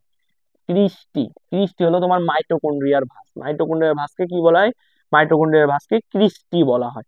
তাহলে আমরা কি কি শিখলাম, আমরা দুইটা জিনিস শিখে গেলাম, যে আমাদের এইখানে দুইটা অঙ্গাণু মানে দুইটা আবরণ আছে, একটা হলো তোমার কোষ ঝিল্লি যেটা যেটার ভাঁজকে মাইক্রোভিলাই বলা হয়, আর একটা হলো মাইটোকন্ড্রিয়া যার আবরণের ভাঁজকে ক্রিস্টি বলা হয়। তাহলে এই দুইটা অঙ্গাণু আছে, অর্থাৎ মানে এই যে তোমার একটা কোষের ভিতরে অনেক অঙ্গাণু আছে, অনেক আবরণ আছে, এত আবরণের ভিতরে মাত্র দুইটা আবরণ আছে, যেই দুইটা আবরণে তোমার ভাঁজ দেখা যায়, একটা হলো কোষ ঝিল্লির আবরণ মানে কোষ ঝিল্লি আবরণ, আর একটা কি, একটা হলো মাইটোকন্ড্রিয়ার আবরণ, এই দুই জায়গাটা তুমি ভাঁজ পাবা। তাছাড়া অন্য কোনো অঙ্গাণুর আবরণে ভাঁজ পাবা না। তো এই জিনিসটা তুমি মাথায় রাখবা। এই জিনিসটা মাথায় রাখলে কি হবে, তোমার দেখো তুমি এখন কোষ ঝিল্লি পড়তেছো, তুমি অলরেডি মাইটোকন্ড্রিয়া সম্পর্কে আরেকটা ইনফরমেশন জেনে গেলে যে মাইটোকন্ড্রিয়া আবরণের ভাঁজকে ক্রিস্টি বলা হয়। তো তোমার জিনিসটা জানা হয়ে গেল, গুছাই পড়া হয়ে গেল, যে তুমি যখনই এখানে তুমি কোষ ঝিল্লির আবরণটা পড়বা তখনই মাইটোকন্ড্রিয়া আবরণে এটা পড়ে ফেলা দিবা। তো এই যে মিলাই মিলাই পড়লা, তাহলে তোমার যদি মাইক্রোভিলাই ওয়ার্ডটা মাথায় থাকে তাহলে ক্রিস্টি ওয়ার্ডটা এমনি মাথায় চলে আসবে। বাট তুমি যদি আলাদাভাবে পড়ো তাহলে মাইক্রোভিলাই মাথায় রাখা লাগবে, আবার ক্রিস্টিও মাথায় রাখা লাগবে। বাট যে কোনো একটা ওয়ার্ড এইভাবে একসাথে বললে একটা ওয়ার্ড মাথায় আসলে আরেকটা ওয়ার্ড এমনি তোমার মাথায় চলে আসবে। তো মাথায় রাখবে যে মাইটোকন্ড্রিয়া এই ভাঁজটা বলে এটাকে ক্রিস্টি বলা হয়। তো এটা তোমরা লিখে রাখো, মানে নোট করে রেখে দাও। তারপরে কথা হলো তাহলে কি ভাইয়া, এই যে এই দুইটা ব্যতীত তাহলে যত আবরণ আছে সব আবরণ কি এরকম একদম নর্মাল প্লেন আবরণ? না, হ্যাঁ ভাইয়া ঠিক আছে, তোমার কথা ঠিক যে সব আবরণই তোমার প্লেন আবরণ, বাট আরেকটা অঙ্গাণু আছে যার আবরণে তুমি মানে যার আবরণটা তোমার ভাঁজ না, আবরণে তুমি ভাঁজ পাবা না, আবার এরকম প্লেনও হবে না। কিন্তু আরেকটা মানে একটু অন্য টাইপের হবে। তো ওই আবরণটা কি, ওটা হলো তোমার নিউক্লিয়াসের আবরণ। নিউক্লিয়াসের আবরণকে তোমার কি বলা হয়, নিউক্লিয়ার মেমব্রেন বলা হয়। নিউক্লিয়াসের মেমব্রেন বলা হয়, তো নিউক্লিয়ার মেমব্রেন বলা হয়, এটা হলো নিউক্লিয়াসের আবরণ। তো এই আবরণে তুমি ভাঁজও পাবা না, আবার আবরণটা এরকম প্লেন এরকম হয়। এই আবরণে তুমি কি পাবা, এই আবরণে তুমি ই পাবা হলো কি বলে গর্ত, মানে ছিদ্র পাবা, ছিদ্র। নিউক্লিয়াসের যে আবরণ আছে ওইখানে তোমার জায়গায় জায়গায় কি আছে, ছিদ্র আছে। তো এই ছিদ্র জিনিসটা শুধুমাত্র এই নিউক্লিয়াসের আবরণে পাওয়া যায়, আর কোনো কিছুর আবরণে পাওয়া যায় না। তো এরকম ছিদ্র থাকে। তো এটা হলো তোমার নিউক্লিয়াসের আবরণের বৈশিষ্ট্য, যে নিউক্লিয়াসের আবরণে নিউক্লিয়াসের আবরণ যেটাকে তোমার নিউক্লিয়ার মেমব্রেন বলা হয়, নিউক্লিয়ার মেমব্রেনে কি পাওয়া যায়, অসংখ্য ছিদ্র পাওয়া যায়, অসংখ্য ছিদ্র পাওয়া যায়। তো তুমি আরেকটা জিনিস জেনে গেলে, তো এই তিনটা জিনিস বাদে, অর্থাৎ এই তিনটা আবরণ বাদে তুমি এই অধ্যায়তে যত আবরণ পাবা সবার বৈশিষ্ট্য কি, সবার বৈশিষ্ট্য ওই যে ছয়টা, পাঁচটা থেকে ছয়টা বৈশিষ্ট্য বললাম, ওর সাথে একদম পুরো মিল, মানে এক্সেপশনাল কিছু নাই, সবাই এরকম একদম কি, একদম প্লেন, একদম প্লেন, একদম প্লেন, এদের মানে আলাদা কিছু নাই। শুধুমাত্র তুমি হলো মাইটোকন্ড্রিয়ার আবরণ আর কোষ ঝিল্লিতে ভাঁজ পাবা, আর নিউক্লিয়াসের আবরণে কি পাবা, নিউক্লিয়াসের আবরণে এরকম হলো ছিদ্র টাইপের পাবা, ছিদ্র টাইপের পাবা। আর হলো আর বাকিগুলার আবরণ একদমই যে এরকম একটা প্লেন আবরণ। অর্থাৎ প্লাস্টিডের আবরণও এরকম, গলগি বডির আবরণ এমন, এন্ডোপ্লাজমিক রেটিকুলামের আবরণও এরকম, লাইসোজোমের আবরণও এরকম, সবার আবরণই এরকম। শুধুমাত্র এই যে মাইটোকন্ড্রিয়া আর হলো কোষঝিল্লি, কোষঝিল্লি এই দুইটার আবরণ হলো এরকম, আর এটা নিউক্লিয়াসের আবরণটা এরকম, আর তাছাড়া বাকি সবার আবরণ হলো এরকম, একদম প্লেন। এই হলো আরেকটা জিনিস যেটা এই যে এখান থেকে তুমি আরো দুইটা ইনফরমেশন এক্সট্রা করতে পারবে। এই হলো মোটামুটি জিনিস। তো গেল, তোমাদেরকে আবরণ সম্পর্কে একটা ধারণা দিলাম। এখন আসি হলো গঠন সম্পর্কে, এই যে কোষ ঝিল্লির গঠনটা কেমন হবে, কোষ ঝিল্লির গঠন, কোষ ঝিল্লির গঠন। তো কোষ ঝিল্লির গঠন সম্পর্কে জানার আগে আমাদের আরো কয়েকটা জিনিস জানা লাগবে, যে কোষ ঝিল্লির গঠনটা কিরকম, গঠনটা কিরকম হবে। এখন প্রথমে তোমার কোষ ঝিল্লি আবিষ্কার হলো, এখন হওয়ার পরে এই জিনিসটার গঠন কিরকম হবে, তো এই জিনিসটার উপরে বেস করে তোমার অনেক মডেল দেয়া আছে। মডেল বলতে তোমার মানে বলছে, মানে একজন বিজ্ঞানী বলছে যে না এই আবরণটা এরকম হবে, তো সে তার কথাগুলোকে গুছায় একটা মডেল হিসেবে প্রকাশ করেছে, যে একটা বিজ্ঞানীর নাম সিঙ্গার। তো সিঙ্গার বলেছে যে মডেলটা এরকম এরকম এরকম হবে, তো ওই মানে মানে কোষঝিল্লির ওই আবরণের গঠনটা এরকম এরকম এরকম হবে। তো ওই পুরা জিনিসটাকে তোমার সংক্ষেপে বলা হয়েছে যে সিঙ্গার্স মডেল। আর একটা বিজ্ঞানীর নাম হলো লিনার্ড, তো লিনার্ড বলেছে যে কোষঝিল্লির আবরণ এরকম এরকম এরকম হবে, তো পুরা জিনিসটাকে একত্রে একটা সংক্ষেপে একটা নাম দিয়ে দিল লিনার্স মডেল। এরকম কিছু মডেল হলো তোমার এই কোষ ঝিল্লির মানে কি বলবো আবরণটাকে ব্যাখ্যা করার জন্য এরকম কিছু মডেল দেয়া হয়েছে। তো তোমাদের বইতে ওই মডেল গুলা সম্পর্কে বলা হয়েছে, তো তোমাদের কি করা লাগবে, তোমাদের মডেল গুলা কিরকম এরকম জানা লাগবে না, তোমাদের জাস্ট মডেল গুলার নাম জানা লাগবে, যে এই যে কোষ ঝিল্লির মানে কি বলে কোষ ঝিল্লির গঠন সম্পর্কে, অর্থাৎ কোষ ঝিল্লির গঠন সম্পর্কে তোমার কি কি মডেল দেওয়া আছে। তো বইতে কিছু মডেল নিয়ে আলোচনা করা হয়েছে, তো এগুলো তোমাদের একদম মুখস্থ রাখা লাগবে এরকম না, মানে একটু জেনে রাখবা, যাতে তোমরা অ্যাটলিস্ট 3 থেকে 4টা মডেলের নাম বলতে পারো, যে এই মডেল এই মডেল এই মডেল তোমার হলো বলা আছে কোষ ঝিল্লির গঠন সম্পর্কে। তাহলে মডেল গুলা কি, তোমার একটা মডেল হলো তোমার স্যান্ডউইচ মডেল, স্যান্ডউইচ মডেল, এটা একটা মডেল। দেন আরেকটা মডেল কি, আরেকটা মডেল হলো তোমার কি, মডেলটার নাম কি, তোমার ব্যানসন্স মডেল, ব্যানসন্স মডেল। দেন আরেকটা মডেল আছে যেটা কি, যেটা হলো তোমার সিঙ্গার এন্ড কি, Leonard and Singer's model, sorry, Leonard and Singer's model. Then আরেকটা মডেলের কথা বলা হচ্ছে তোমার Robertson hypothesis model, Robertson,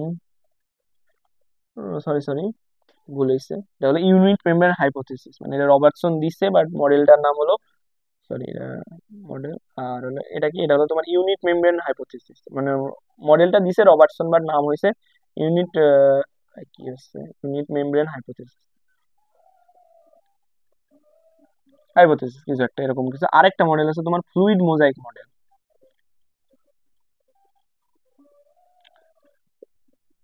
mosaic model. তো এরকম তোমার হলো কি আমাদের বইতে করে একটা দুইটা তিনটা চারটা পাঁচটা, এরকম 5টা মডেল সম্পর্কে বলা আছে। তো অলওয়েজ তোমরা 3টা থেকে 4টা মডেল একটু মাথায় রাখার ট্রাই করবে, তাহলে তোমরা বলতে পারো যে এই মডেল সম্পর্কে বলা হয়েছে বইতে।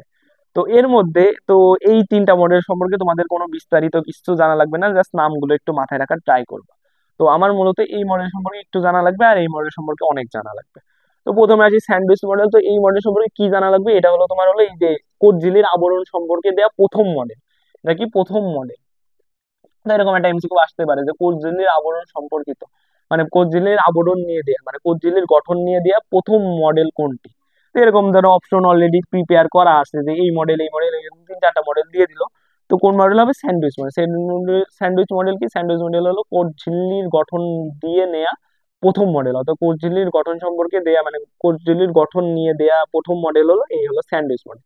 এতটুকু মাথায় রাখলে হবে যে প্রথম মডেল হলো স্যান্ডউইচ মডেল। গেল। তাহলে মোটামুটি এইটা এতটুকু জানলে হচ্ছে, আর এই তিনটা সম্পর্কে কিচ্ছু জানা লাগবে না। এই সম্পর্কে কিছু জানলে না, দেন আরেকটা মডেল আছে ফ্লুইড মোজাইক মডেল। তো আমাদের মোটামুটি এই মডেলটা সম্পর্কে একদম বিস্তারিত আলোচনা করা লাগবে। তো মডেলটার নাম কি, মডেলটার নাম হলো তোমার ফ্লুইড মোজাইক মডেল।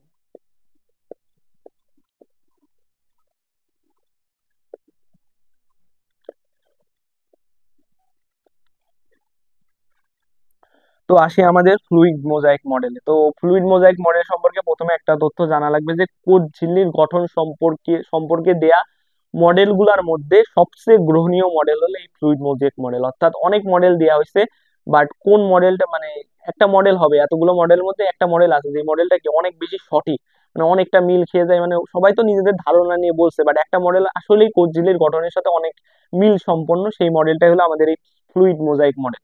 তো এই ফ্লুইড মডেল কি সবচেয়ে গ্রহণীয় মডেল, সবচেয়ে গ্রহণীয় মডেল হলো এই ফ্লুইড মোজাইক মডেল। এটা হলো প্রথম জিনিস আমাদের জানা লাগে। এখন এই মডেলটা কোন কোন বিজ্ঞানী দিছে তাদের নাম একটু জানা লাগবে। কি এই দিছে দুইজন বিজ্ঞানী, একজন হলো তোমার সিঙ্গার, আরেকজন হলো তোমার নিকলসন। এই দুজন বিজ্ঞানী ফ্লুইড মডেলটা দিয়েছে, এই ফ্লুইড মোজাইক মডেল এই সিঙ্গার আর নিকলসন দিয়েছে। তো তাদের আগে কি এরকম বিভিন্ন কিছু আছে, অত কিছু মাথায় রাখা লাগবে, জাস্ট তুমি সিঙ্গার ওয়ার্ডটা আর নিকলসন ওয়ার্ডটা মাথায় রাখবে, যে সিঙ্গার আর নিকলসন হলো ফ্লুইড মোজাইক মডেলটা দিয়েছে, এতটুকু মাথায় রাখলেই হবে। তো আর কি জানা লাগবে, এখানে একটা সাল দিয়ে আছে, সালটা জানা লাগবে না। দেন হলো তাদের মডেলটা। তো তাদের মডেলটা আসলে মানে মডেলটা সম্পর্কে তখন তোমাদের হালকা পাতলা একটু কিছু বলা লাগবে, যে তারা মানে মডেলে কি কি মানে বলেছে, এইটা মানে তোমাদেরকে একটু এক্সপ্লেন করা লাগবে। কেন এক্সপ্লেন করা লাগবে, কারণ এই প্রশ্নটা তোমার হলো খ নাম্বারে আসে। খ নাম্বারে কি বলে যে তোমরা ফ্লুইড মডেল মোজাইক মডেল সম্পর্কে বলো বা বিশ্লেষণ করো। তো তোমাদের মানে বিশ্লেষণ যেহেতু খ নাম্বারে আছে, তো খ নাম্বারে তো অত বেশি লিখা মানে লিখবা না, খ নাম্বারে যত কম পারো লিখবা, কারণ এর নাম্বার 2। 2 নাম্বারের জন্য আমরা কি করি, আমরা 3-4 নাম্বারের লিখা লিখে ফেলা দিই, আর ওদিকে আমরা গ আর ঘতে টাইম পাই না। তো তোমাদেরকে আমি অলওয়েজ সাজেস্ট করবো যে খ নাম্বারটা যত কম পারো, খ নাম্বারে তুমি ওই মোটামুটি মানে একদম এক্সাক্ট প্রপার জিনিসগুলো যে 4 থেকে 5 লাইন লিখে আসলে নাম্বার পেয়ে যাবা 2-2। তো ওটার জন্য গ ঘর নাম্বার কমায় কোনো লাভ নেই। তো খ নাম্বারে যেহেতু আসবে, এটা কখনো গ ঘতে আসবে না, তো খ নাম্বারে যে কথা আসবে প্রথমে এই যে 2টা লাইন দিবা যে এটা হলো সবচেয়ে গ্রহণীয় মডেল, আর এটা হচ্ছে সিঙ্গার আর নিকলসন দিয়েছে, এতটুকু লিখলে। এখন এই মডেল সম্পর্কে তুমি কি কি জানো, তো কি কি জানা বলতে আমি তোমাদেরকে একটু গুছাই বলতেছি, তোমরা জাস্ট ওইভাবে লিখবা। তো কি, তো এই মডেল সম্পর্কে আমরা প্রথমত কি জানি, প্রথমত জানি হলো তোমার কোষ ঝিল্লি হলো দ্বি-স্তর বিশিষ্ট। তো এই মডেলের প্রথম তথ্য কি, প্রথম তথ্য হলো কোষ ঝিল্লি হলো তোমার দ্বি-স্তর বিশিষ্ট, অর্থাৎ এটা দুইটা স্তর নিয়ে গঠিত, দ্বি-স্তর বিশিষ্ট। এই একটা জিনিস আমরা জানলাম যে কি কোষ ঝিল্লি হলো আমার দ্বি-স্তর বিশিষ্ট। তো দ্বি-স্তর বিশিষ্ট, তো ধরো এই হলো আমার কোষ ঝিল্লি 2টা স্তর। তো এর যে স্তরগুলো আছে, অর্থাৎ কোষ ঝিল্লির যে স্তরগুলো আছে, স্তরগুলো কি দ্বারা গঠিত, এই কোষ ঝিল্লির স্তর হলো ফসফোলিপিড দ্বারা গঠিত, ফসফোলিপিড দ্বারা গঠিত, ফসফোলিপিড দ্বারা গঠিত। অর্থাৎ কোষ ঝিল্লি দ্বি-স্তর বিশিষ্ট, এর স্তরগুলো প্রধানত ফসফোলিপিড দ্বারা গঠিত। এই হলো আরেক লাইন। তারপর লাইন কি, তারপর লাইন হলো এই যে কি বলে এই ফসফোলিপিড স্তরের জায়গায় জায়গায় তোমার প্রোটিন থাকে।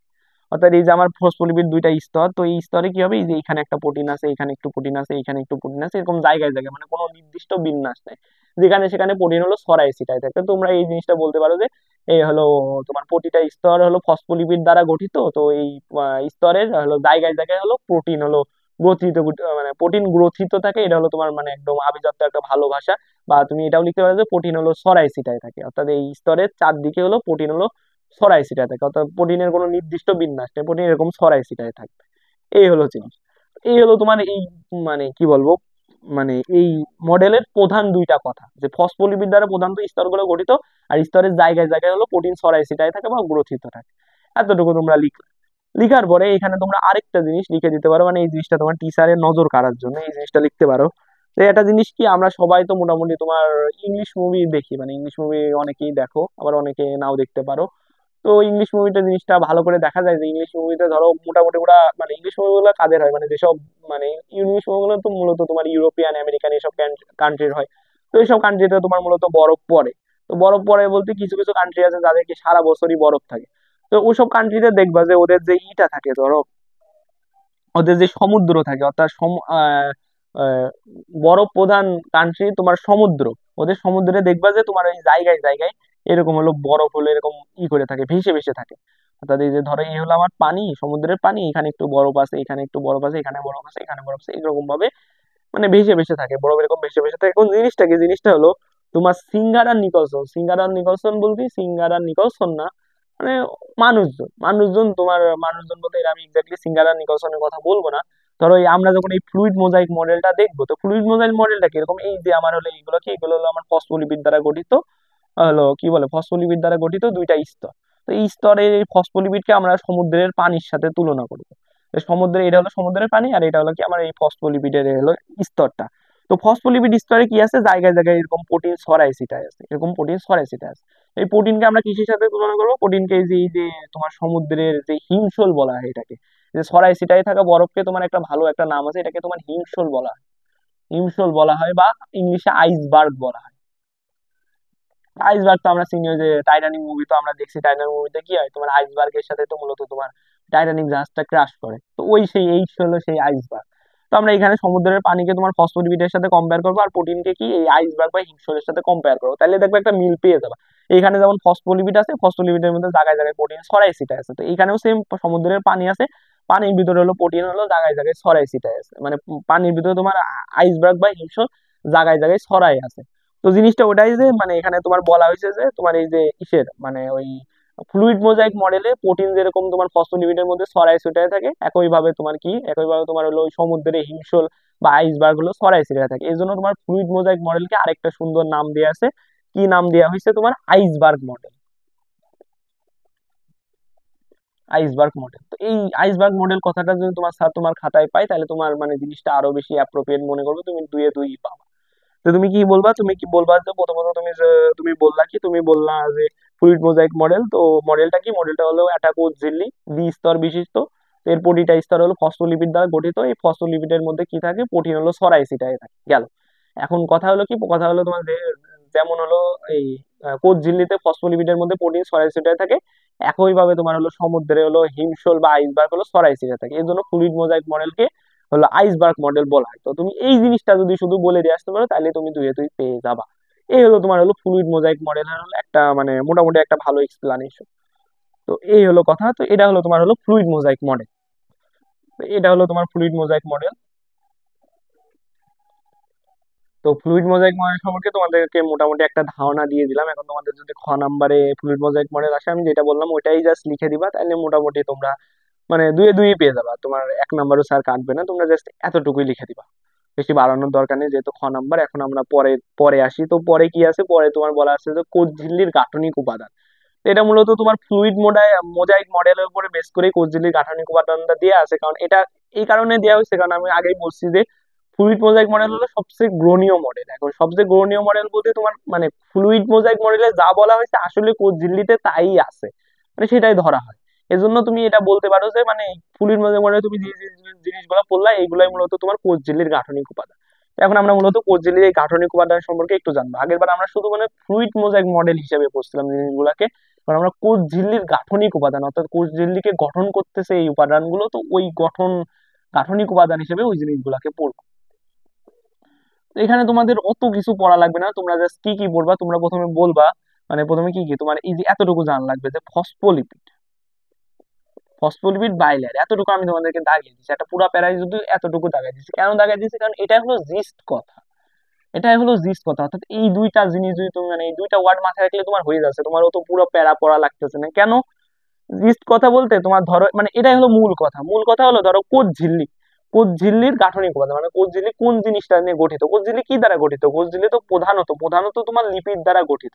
অর্থাৎ একটা সমুদ্র, আমি তোমাদেরকে আগে একটা এক্সাম্পল সেট করলাম না, এখন ওই এক্সাম্পলকে আমি প্রথমে বলবো একটা সমুদ্রের পানি হলো লিপিড, আর হলো জায়গায় জায়গায় হলো তোমার কি আছে, ওই হিমশৈল আছে, ওই হিমশৈলটা হলো প্রোটিন। এখন কথা হলো একটা সমুদ্রে তোমার কয়টা হিমশৈল থাকতে পারে, বাট ম্যাক্সিমামই তো সমুদ্রে তো তোমার ম্যাক্সিমাম পানি থাকবে, তাই না, সমুদ্রে তো কখনো ম্যাক্সিমাম হিমশৈল থাকতে পারবে না।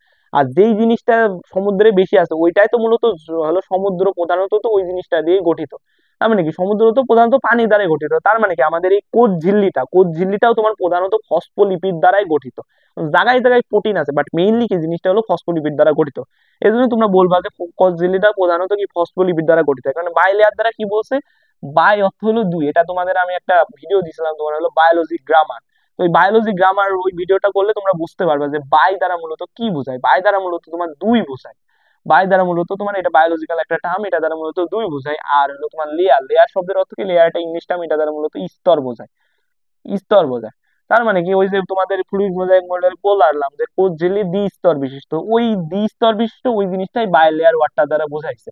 আর কোষ ঝিল্লি কি ফসফোলিপিড দ্বারা গঠিত, স্তরগুলো ফসফোলিপিড দ্বারা গঠিত, ওটাই ফসফোলিপিড দ্বারা বোঝাইছে। তার মানে তোমরা বলতেই পারো যে কোষ ঝিল্লি কি, কোষ ঝিল্লি হলো মানে ফসফোলিপিড বাই লেয়ার ওয়ার্ডটা মাথায় রাখবে, তাহলে কিন্তু তোমরা দুইটা পয়েন্ট পেয়ে যাচ্ছ যে মানে মূলত কোষ ঝিল্লিটা হলো ফসফোলিপিড দ্বারা গঠিত, আর এটা হলো কি দ্বি স্তর বিশিষ্ট, যেটা তোমরা জাস্ট এই ওয়ার্ডটা মাথায় রাখলেই পেরে যাবা। তারপরে আরেকটা জিনিস কথা বলা আছে হলো মেমব্রেন প্রোটিন, আরেকটা ওয়ার্ড বলা আছে তোমার কি মেমব্রেন প্রোটিন। তো মেমব্রেন প্রোটিন ওয়ার্ডটা তোমরা একটু মাথায় রাখবা যে মেমব্রেন প্রোটিন। তো মেমব্রেন প্রোটিন, এখন এখানে কেন মেমব্রেন প্রোটিন বলা হয়েছে, তো তোমাদেরকে বলছি যে কোষ ঝিল্লিতে কি আছে, জায়গায় জায়গায় হলো প্রোটিন ছড়িয়ে ছিটিয়ে থাকে, তো জায়গায় জায়গায় প্রোটিন ছড়িয়ে ছিটিয়ে আছে, তো এই হলো সেই প্রোটিন হলো জায়গায় জায়গায় ছড়িয়ে ছিটিয়ে। এখন মেমব্রেন ওয়ার্ডটা কেন আসছে তোমরা জানি, আমরা কি জানি কোষ ঝিল্লি, কোষ ঝিল্লি কি, কোষ ঝিল্লি হলো কি একটা পর্দা, একটা ঝিল্লি, আমরা জানি যাই ঝিল্লি যাই পর্দা তাই মেমব্রেন, সবই কিন্তু সেম জিনিস। এই জন্য এখানে বলছে মেমব্রেন প্রোটিন, যেহেতু এটা কোষ ঝিল্লির প্রোটিন অর্থাৎ এটা একটা পর্দার প্রোটিন, এই জন্য জিনিসটাকে তোমার সুন্দরভাবে মেমব্রেন প্রোটিন বলছে, অর্থাৎ কোষ ঝিল্লিতে যে প্রোটিন পাওয়া যায় ওটাকে তোমার মেমব্রেন প্রোটিন বলছে। এই তো এই মেমব্রেন প্রোটিন ওয়ার্ডটা দ্বারা আমরা কি কি শিখবো, তোমার এখানে আমি আরো কিছু জিনিস দাগাই দিচ্ছি যে কোষ ঝিল্লিতে তোমার তিন টাইপের প্রোটিন পাওয়া যায়, অর্থাৎ তিন টাইপের মেমব্রেন প্রোটিন পাওয়া যায়। তো এই তিনটা প্রোটিনের নামগুলো তোমরা একটু জেনে রাখবা, যে একটা হলো তোমার পেরিফেরাল প্রোটিন, পেরিফেরাল প্রোটিন, আরেকটা কি, আরেকটা হলো তোমার ইন্টিগ্রাল প্রোটিন, ইন্টিগ্রাল প্রোটিন, আরেকটা কি, আরেকটা হলো তোমার লিপিড সম্পৃক্ত প্রোটিন, লিপিড সম্পৃক্ত প্রোটিন। এই হলো তিনটা প্রোটিন তুমি সম্পর্কে তোমরা একটু জেনে রাখবা, যে একটা পেরিফেরাল প্রোটিন, একটা ইন্টিগ্রাল প্রোটিন, আর একটা হলো লিপিড সম্পৃক্ত প্রোটিন। এখন এই প্রোটিনগুলোর নামগুলো তোমাদের প্রথমত একটু মানে মাথায় রাখবা, একটু মুখস্থ করা লাগবে, দেন লাগলো, দেন আর কি জানা লাগবে, আর কি আর একটা জিনিস তোমাদেরকে জানা লাগবে যে পেরিফেরাল প্রোটিন আর ইন্টিগ্রাল প্রোটিনের মধ্যে পার্থক্য, পার্থক্য কি, এগুলো মূলত পজিশন ওয়াইজ এই জিনিসটাকে পার্থক্য করা হয়। অর্থাৎ ধরো এটা হলো আমাদের এটা একটু মুছে দিই, ধরো এইটা, এইটা হলো আমাদের সেই দুইটা স্তর, এইটা একটা স্তর আর এইটা একটা স্তর। তো এইখানে একটা প্রোটিন কিরকম আছে, একটা প্রোটিন তোমার এরকম আছে, অর্থাৎ এটা হলো তোমার প্রথম স্তর আর দ্বিতীয় স্তর দুইটা স্তর জুড়ে আছে। আরেকটা প্রোটিন কিরকম আছে, হয় এই স্তরে আছে না এই স্তরে আছে, এরকম আরেকটা প্রোটিন আছে। তো এখন কথা হলো এর ভিতরে একটা প্রোটিন হলো তোমার পেরিফেরাল প্রোটিন, আর আরেকটা টাইপের প্রোটিন হলো তোমার ইন্টিগ্রাল প্রোটিন। এখন কোনটা পেরিফেরাল প্রোটিন আর কোনটা ইন্টিগ্রাল প্রোটিন, অর্থাৎ কোষ ঝিল্লির যে প্রোটিন গুলা তোমার মানে মানে একটা পেরিফেরাল একটা ইন্টিগ্রাল, এখন কোনটা পেরিফেরাল কোনটা ইন্টিগ্রাল এটা আমাদেরকে জানা লাগবে। আমি এটা কেমনে জানবো, এটা মানে এটা বলতে মানে মূলত তোমার বইতে বলা আছে যে তোমার যেই প্রোটিনটা হলো ঝিল্লির উভয় সারফেসে থাকে, অর্থাৎ দুইটা সারফেস জুড়ে থাকে, অর্থাৎ সারফেস বলতে মূলত স্তরকে বোঝায়, অর্থাৎ দুইটা স্তর জুড়ে যেই প্রোটিনটা আছে ওই ওই প্রোটিনটাকে তোমার ইন্টিগ্রাল প্রোটিন বলা হয়। তো এটা আমার ইন্টিগ্রাল প্রোটিন। আর যেটা হলো কি একটা সারফেসে আছে ওটাকে তোমার হলো পেরিফেরাল প্রোটিন বলা হয়। তো এটা তোমার বইতে বলা আছে। তো বই দেখে এই জন্য আমি ওই উভয় সারফেস আর সারফেস এই দুইটা ওয়ার্ড তোমাদেরকে দাগাই দিছি। এখন কথা হলো মানে আমার ক্ষেত্রে যেটা হতো আমি তোমার গুলাই ফেলতাম, অর্থাৎ আমার মানে কনফিউশনে চলে যেতাম যে এইটা পেরিফেরাল না ইন্টিগ্রাল, এটা ইন্টিগ্রাল না পেরিফেরাল। তারপরে আমি একটা টেকনিক বের করলাম যে মনে রাখার, তো এটা আমি কেমনে মনে রাখতাম যে ইন্টিগ্রাল প্রোটিন, তাই না, এই ইন্টিগ্রাল প্রোটিনের সাথে রিলেটেড একটা খুবই ইম্পর্টেন্ট একটা ওয়ার্ড আছে। তো ওয়ার্ডটা কি, ওয়ার্ডটা হলো ইন্টিগ্রেশন। তো তোমরা যদি ম্যাথ একটু করে থাকো তাইলেই ম্যাথ বা ফিজিক্স যদি একটু পড়ে থাকো তাইলেই তোমরা এই ইন্টিগ্রেশন ওয়ার্ডটার সাথে মানে অলরেডি পরিচিত হয়ে গেছো, বা 9-10-এও অনেকে ইন্টিগ্রেশন ওয়ার্ডটার নাম শুনেছো। তো ইন্টিগ্রেশন কি, ইন্টিগ্রেশন জিনিসটা হলো তোমার ধরো দুইটা জিনিস আছে তোমার ম্যাথে, ডিফারেন্সিয়েশন আর ইন্টিগ্রেশন। তো ডিফারেন্সিয়েশন কি করে, ডিফারেন্সিয়েশন হলো তোমার ধরো একটা জিনিস এরকম তোমার হলো কেটে কেটে কেটে কেটে কেটে কেটে কেটে কেটে কেটে কেটে ছোট ছোট ভাগে ভাগ করে, এটা হলো তোমার ডিফারেন্সিয়েশনের বেসিক কনসেপ্ট। হ্যাঁ, এটা ওয়ান কাইন্ড অফ ম্যাথ, মানে ম্যাথে করা লাগে, বাট এটার মূল বেসিক কনসেপ্ট হলো কোনো জিনিসকে ছোট ছোট মানে যত ছোট ভাগে ভাগ করা যায় ওটা তুমি ডিফারেন্সিয়েশন দ্বারা করতে পারবে। আর ইন্টিগ্রেশন কি করে, এই যে ছোট ছোট ছোট ছোট ছোট ছোট ভাগ পারলাম এগুলাকে একসাথে জুড়াই লাগে আবার হলো মানে বড় করে ফেলে। তার মানে আমরা বুঝতে পারতেছি যে ডিফারেন্সিয়েশন আর ইন্টিগ্রেশন পুরোপুরি উল্টা, ডিফারেন্সিয়েশন ছোট করতেছে আর ইন্টিগ্রেশন ভালো বড় করতেছে। তো এইখান থেকে আমি জিনিসটা মাথায় রাখি যে ইন্টিগ্রেশন কি, ইন্টিগ্রেশনের সাথে ইন্টিগ্রালের একটা মিল আছে। আর ইন্টিগ্রেশন কি করে, ইন্টিগ্রেশন হলো একটা জিনিসকে বড় করে দেয়। তো এই যে জিনিসটা দেখতেছে যে এই প্রোটিনটা কি তোমার দুইটা স্তর জুড়ে রয়েছে, আর এই প্রোটিনটা কি, এই প্রোটিনটা তোমার একটা স্তর জুড়ে আছে, তাহলে এইটা হলো দুইটা স্তর আর এটা হলো একটা স্তর। তার মানে কি বেশি কি বড় জিনিস কোনটা বোঝাচ্ছে, কিন্তু এই দুই কিন্তু বড় জিনিসকে বোঝাচ্ছে। তো এইভাবে যখন আমি এই ইন্টিগ্রাল ওয়ার্ডটা আমার মাথায় আসে, আমার মাথায় ইন্টিগ্রেশন আছে, আর ইন্টিগ্রেশন কি করে বড় করে। তো বড় হলো যে দুইটা স্তর জুড়ে থাকে তো সেই বড়।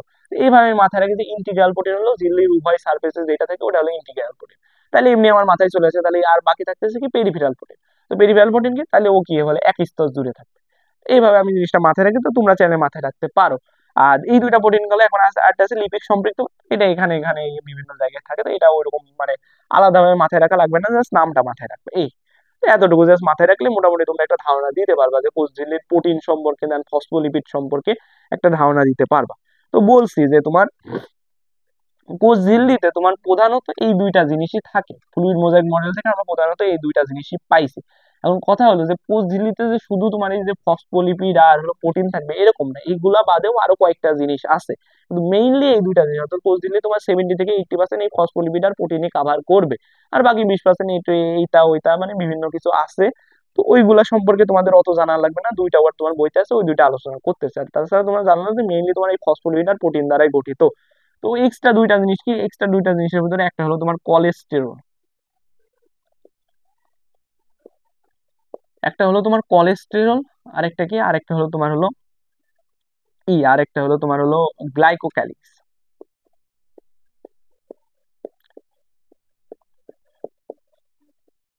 তো কোলেস্টেরল আর গ্লাইকোক্যালিক্স, তো এই দুইটা জিনিস হলো তোমার কোষ ঝিল্লিতে হলো লিপিড আর প্রোটিন বাদেও এই দুইটা জিনিস পাওয়া যায়। তো তোমাদের প্রথমে এই গ্লাইকোক্যালিক্স জিনিসটা নিয়ে একটু আলোচনা করে যে গ্লাইকোক্যালিক্স জিনিসটা কি।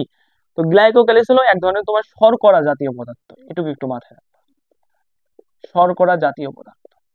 তো এটা তোমাদের বইতে নাই, কিন্তু আরেকটা কথা বলা আছে, মানে এটা না থাকলেও আরেকটা কথা বলা আছে যে গ্লাইকোক্যালিক্স একটা চিনির স্তর, চিনির স্তর। এখন কথা হলো চিনি, চিনি কি, চিনি মূলত হলো কি সুক্রোজ, অর্থাৎ চিনিকে তুমি যদি সাইন্টিফিক ভাষায় এর নামটা জানতে চাও, অর্থাৎ মানে মানে কি বলবো সায়েন্সে চিনিকে কি বলা হয়, চিনিকে সুক্রোজ বলা হয়।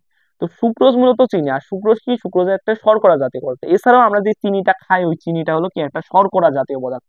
যেহেতু বলছে যে গ্লাইকোক্যালিক্স কি একটা চিনির স্তর, তার মানে কি অবশ্যই গ্লাইকোক্যালিক্স একটা শর্করা জাতীয় পদার্থ হবে। এতটুকু জাস্ট তোমরা মাথায় রাখবে যে গ্লাইকোক্যালিক্স হলো একটা চিনির স্তর, একটা চিনি, অর্থাৎ কোষঝিল্লির উপরে একটা চিনির স্তর থাকে যেটাকে গ্লাইকোক্যালিক্স বলা হয়। তো এটা হলো একটা ইনফরমেশন যেটা তোমরা জানলে যে গ্লাইকোক্যালিক্স হলো কি চিনির স্তর। তো তোমরা চাইলে এটাও বলতে পারো যে এটা শর্করা জাতীয় পদার্থ, এতটুকু। নেক্সট কি, নেক্সট হলো এই গ্লাইকোক্যালিক্স জিনিসটা আসলে কি। গ্লাইকোক্যালিক্স আসলে তোমার দুইটা জিনিস নিয়ে গঠিত হয়, দুইটা জিনিস বলতে একটাকে তোমার বলা হয় হলো গ্লাইকোপ্রোটিন, গ্লাইকোপ্রোটিন, আরেকটাকে তোমার বলা হয় হলো গ্লাইকোলিপিড, গ্লাইকোলিপিড, লিপিড। তো এখন এইখানে তোমাদেরকে আরেকটা কথা বলে রাখি যে গ্লাইকো, প্রোটিন তো প্রোটিনই, লিপিড তো লিপিড, গ্লাইকো জিনিসটা কি। এখন গ্লাইকো জিনিসটা কি, এটা যদি তোমরা আমার ওই যে বললাম বায়োলজি গ্রামারের ওই ভিডিওটা যদি করো, আসলে ভিডিওটা খুবই ইম্পর্টেন্ট একটা ভিডিও, মানে আমি করছি। এই যে এইসব ওয়ার্ড গুলো আমি কালেক্ট করে করে করে করে এর মিনিং গুলো তোমাদের ওই ভিডিওতে আমি বুঝাই দিচ্ছি, যাতে তোমরা পরবর্তীতে এই যে আমি বলার আগে তোমরা বুঝে যাও যে গ্লাইকো জিনিসটা কি। তো ওইখানে আমি এই গ্লাইকো ওয়ার্ডটা আলোচনা করছি। গ্লাইকো মূলত কি বোঝায়, গ্লাইকো দ্বারা মূলত তোমার শর্করা জাতীয় জিনিসকে বোঝায়, অর্থাৎ শর্করা জাতীয় যে খাদ্য আছে এটাকে তোমার হলো মানে বায়োলজির ভাষায় এটাকে তোমার কি বলা হয়, এটাকে তোমার হলো গ্লাইকো বলা হয়। অর্থাৎ এটা কোনো ল্যাটিন বা গ্রিক ওয়ার্ড হবে, যে মানে ল্যাটিন বা গ্রিক ওই ভাষায় হলো তোমার হলো শর্করাকে কি বলা হয়, গ্লাইকো বলা হয়। তো এই গ্লাইকো বলতে তোমার মূলত হলো এই শর্করা জাতীয় খাদ্যকে বোঝায়, শর্করা জাতীয় খাদ্যকে তোমার হলো বায়োলজির ভাষায় হলো গ্লাইকো বলে। আমি বুঝতেই পারতেছো, তাহলে এখানে প্রোটিন আছে প্লাস শর্করা আছে, তার মানে গ্লাইকোপ্রোটিন কাকে বলে, তোমার গ্লাইকোপ্রোটিন কিছু না, গ্লাইকোপ্রোটিন হলো মূলত তোমার শর্করা আর প্রোটিনের একটা মিশ্রণ, এটা হলো কথা। দেন কি, দেন হলো গ্লাইকোলিপিড কি, গ্লাইকোলিপিড কি, এখানে লিপিড আছে। তো লিপিডটা কি, আমরা জানি কি আমাদের কোষ ঝিল্লি, যেটা আমরা কোষ ঝিল্লি নিয়ে কাজ করতে, তো কোষ ঝিল্লিতে লিপিড থাকে ঠিক আছে, স্পেসিফিকলি একটা লিপিড থাকে, সেটা কি ফসফোলিপিড থাকে। তো লিপিডেরও যখন তোমরা ওই সেল কেমিস্ট্রি পড়বো বা কোষ রসায়ন পড়বো, ওইখানে তোমার বলা আছে যে লিপিডের প্রকারভেদ আছে। এর ভিতরে তোমার গ্লাইকোলিপিড আছে, ফসফোলিপিড আছে, লিপোপ্রোটিন আছে। তো একটা লিপিড হলো ফসফোলিপিড। হ্যাঁ লিপিড আছে ঠিক আছে, কিন্তু কোন লিপিডটা আছে, ফসফোলিপিড আছে। তো ফসফোলিপিড আছে। আর হলো গ্লাইকো মানে কি জানি, শর্করা, অর্থাৎ তোমার শর্করা জাতীয় খাদ্য আর ফসফোলিপিড যদি একসাথে মিলে যায়, দেন জিনিসটাকে তোমার গ্লাইকোলিপিড বলা হয়।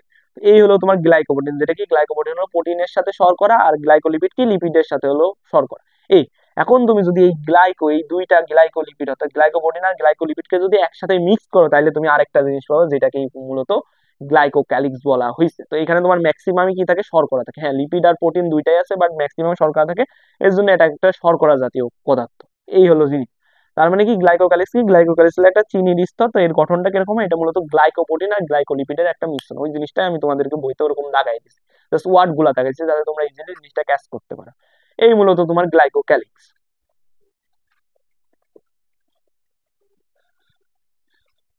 তো গ্লাইকোক্যালিস বুঝালাম, তারপরে আরেকটা ওয়ার্ড তোমার এখানে বলা আছে, যেটাকে তোমার কি বলা হয়েছে, যেটাকে তোমার হলো কোলেস্টেরল বলা হয়েছে। এখন আমরা একটু কোলেস্টেরল সম্পর্কে জানবো। তো কোলেস্টেরল, তো কোলেস্টেরল কি, তো কোলেস্টেরল, তো কোলেস্টেরল কি, কোলেস্টেরল হলো একটা লিপিড জাতীয় পদার্থ। এতটুকু তোমরা একটু মাথায় রাখবা। প্রথম কথা, কোলেস্টেরল কি একটা লিপিড জাতীয় পদার্থ, লিপিড জাতীয় পদার্থ। এখন এই লিপিডের ভিতরে আসলে আমরা লিপিড বলতে যে শুধু স্নেহ চর্বি, মানে চর্বিকে বুঝি, আসলে লিপিড, হ্যাঁ লিপিড, চর্বি হলো মূলত লিপিড। তো এইগুলা বাদেও তোমার লিপিডের ভিতরে অনেক কিছু আছে। অনেক কিছু বলতে যে আমরা মোমবাতি চিনি না, তো মোমবাতিতে যে মোম থাকে, মোমও কিন্তু ওয়ান কাইন্ড অফ লিপিড। তারপরে আমরা যে রাবার ইউজ করি, তো রাবারও কিন্তু ওয়ান কাইন্ড অফ লিপিড। তারপরে আরেকটা এরকম একটা লিপিড আছে, যেটাকে তোমার হলো স্টেরয়েড বলা হয়। তো এই নামটা আমরা শুনেছি, বাট অতটা পরিচিত না।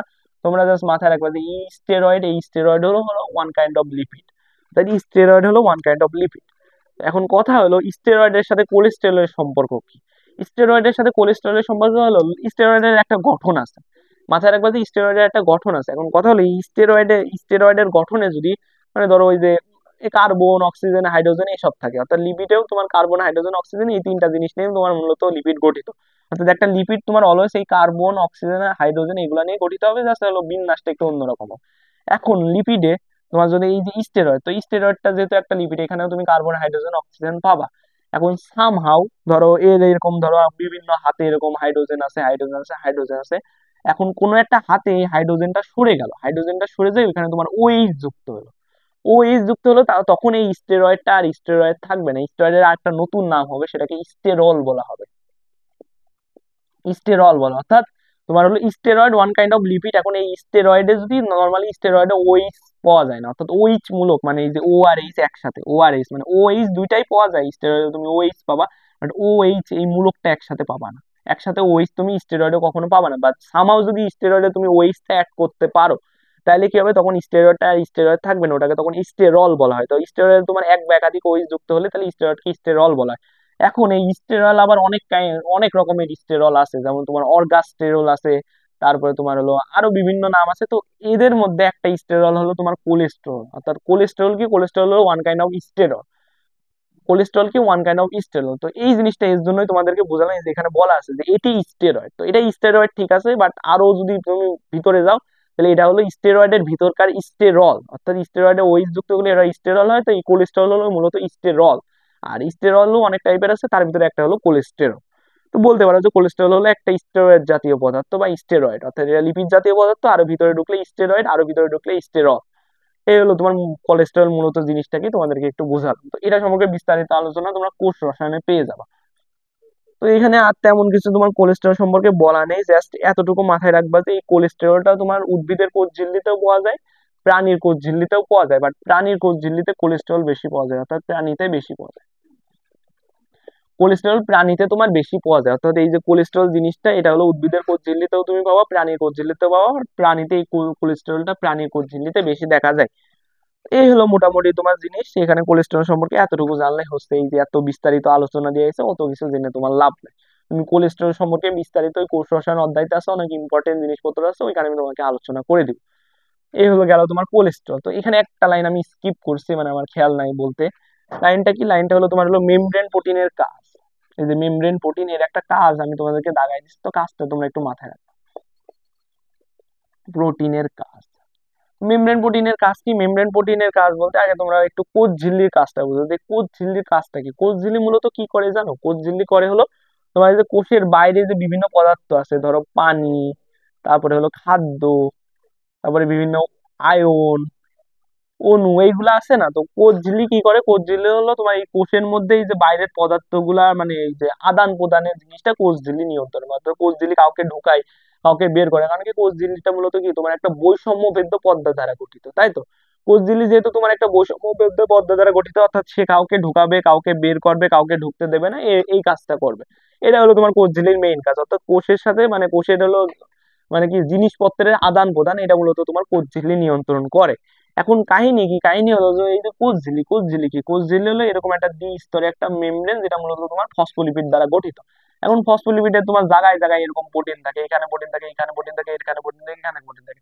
এখন ধরো এই যে একটা অণু, তারপরে ধরো এটা একটা পানির ফোঁটা, মানে পানির ফোঁটাটা কোষ ঝিল্লি বাইরে বের করবে, তো ও সুন্দর মতো যাচ্ছে, সুন্দর মতো যাচ্ছে। এখন কথা হলো কি, কোষ ঝিল্লি কি, কোষ ঝিল্লি হলো একটা সজীব, তাই তো? কোষ ঝিল্লি হলো একটা সজীব পদার্থ দিয়ে গঠিত, তাই না? আমি তোমাকে বলছি কোষ ঝিল্লির বৈশিষ্ট্য এখানে আছে, এর আরেকটা বৈশিষ্ট্য কি, এটা হলো সজীব, কারণ এটা হলো প্রোটোপ্লাজমের অংশ। আর যারা সজীব মানে কি, এদের ভিতরে জীবন আছে, তার মানে কি কোষ ঝিল্লির ভিতরে যে প্রোটিন গুলা, এই যে বিভিন্ন পদার্থ ফসফরিক, এগুলো কিন্তু হালকা পাতলা একটু নড়াচড়া করে, হালকা পাতলা একটু নড়াচড়া করে। তো কি হয়েছে, এই পানির ফোঁটাটা এমনি বের হতে যাচ্ছে, তখন কি হবে, এই প্রোটিনটা হলো সামনে চলে আসলো, কারণ প্রোটিনের কোনো ঠিক ঠিকানা নেই, ও এইখানে আছে ওইখানে আছে, জেনে শুনে রয়েছে। তো প্রোটিনটা কি হলো, সামনে চলে আসলো, বা ও এইখানেই ছিল বা ওইখানে ছিল, বাট এই চলনের কারণে একটু সামনে চলে আসলো। চলে আসলে কি হবে, এই যে আমার পানির অণুটা কিন্তু ওর কিন্তু বাইরে বেরোতে একটা বাধা সৃষ্টি হবে, ওর একটা বাধা সৃষ্টি হবে। অর্থাৎ আগে নর্মালি আমরা ইজিলি জিনিসটা বের করতে পারতেছিলাম, বাট প্রোটিন কিন্তু একটা বাধা সৃষ্টি করবে, মানে ওর বের হইতে একটু সমস্যা হবে। এখানে তোমার এই দেখো মেমব্রেন প্রোটিনের কাজ, মানে কাজ, মানে কাজ, কাজে তোমার বলা হয়েছে যে কি, মেমব্রেন প্রোটিন হলো তোমার প্রতিবন্ধকতা হিসেবে কাজ করে, যাতে কি এই যে তোমার এই যে কি বলে আয়ন, তারপরে অণু, পানি, এইগুলা কি হলো তোমার সহজে যাতে এদের হলো আসা যাওয়াটা না হতে পারে, অর্থাৎ এরাই যে মানে এক কোষ থেকে আরেক কোষে যাচ্ছে, তো এই জিনিসটা যত মানে সহজে হয় না, কারণ কি এই যে মেমব্রেন প্রোটিন হলো প্রতিবন্ধকতা হিসেবে কাজ করে। কিভাবে কাজ করে, যে এরকম সামনে চলে আসে, এই কারণে একটা প্রতিবন্ধকতার সৃষ্টি হয়, ওই জিনিসটা। তো তোমরা জাস্ট মাথায় রাখো যে মেমব্রেন প্রোটিন কি, মেমব্রেন প্রোটিন হলো তোমার হলো এই যে হলো এক কোষ থেকে আরেক কোষে তোমার পানি, আয়ন, অণু, এগুলোর আদান প্রদানে প্রতিবন্ধকতা হিসেবে কাজ করে, অর্থাৎ এদের আদান প্রদানে একটু বাধা দেয়, মানে একদম বন্ধ করে দেয় এরকম না, একটু বাধা দেয়। কারণ কি কারণে, যে এই কারণে সামনে চলে আসে, মানে ছড়িয়ে ছিটিয়ে থাকে, এই যে একটা কারণ। তোমরা এই মেমব্রেন প্রোটিনের এই কাজটা একটু মাথায় রাখবে। তো তোমাদের কোষ ঝিল্লি টপিকটা তোমার অনেক বড় হয়ে গেছিল, এই জন্য এটাকেও আবার পার্ট ওয়ান পার্ট টু তে ভাগ করা হয়েছিল। আমি প্রথমে ভাবছিলাম তোমার একসাথে করলে মোটামুটি হয়ে যাবে, বাট 2 ঘন্টা প্লাস হয়ে গেছে, এজন্য এটাকে পার্ট টু আর পার্ট ওয়ানে ভাগ করা হয়েছে। তো এটা ছিল তোমার কোচ জিলির পার্ট ওয়ান ভিডিও। তো এই ভিডিওটা তোমার যেখানে যেখানে শেষ হয়েছে ওইখান থেকে তোমার পার্ট টু ভিডিওটা, মানে ওইখান থেকে পার্ট টু ভিডিওটা শুরু হবে। তো তোমরা এই পার্ট ওয়ান ভিডিওটা প্রপারলি দেখো, দেখার পরে দেখবা আমার চ্যানেলে এই পার্ট ওয়ান ভিডিওর পরে পার্ট টু ভিডিওটা আছে, তারপরে পার্ট টু ভিডিওটা দেখে নিও। তো কোচ জিলির পার্ট ওয়ান ভিডিওটা এখানেই শেষ করতেছি। আসসালামু আলাইকুম।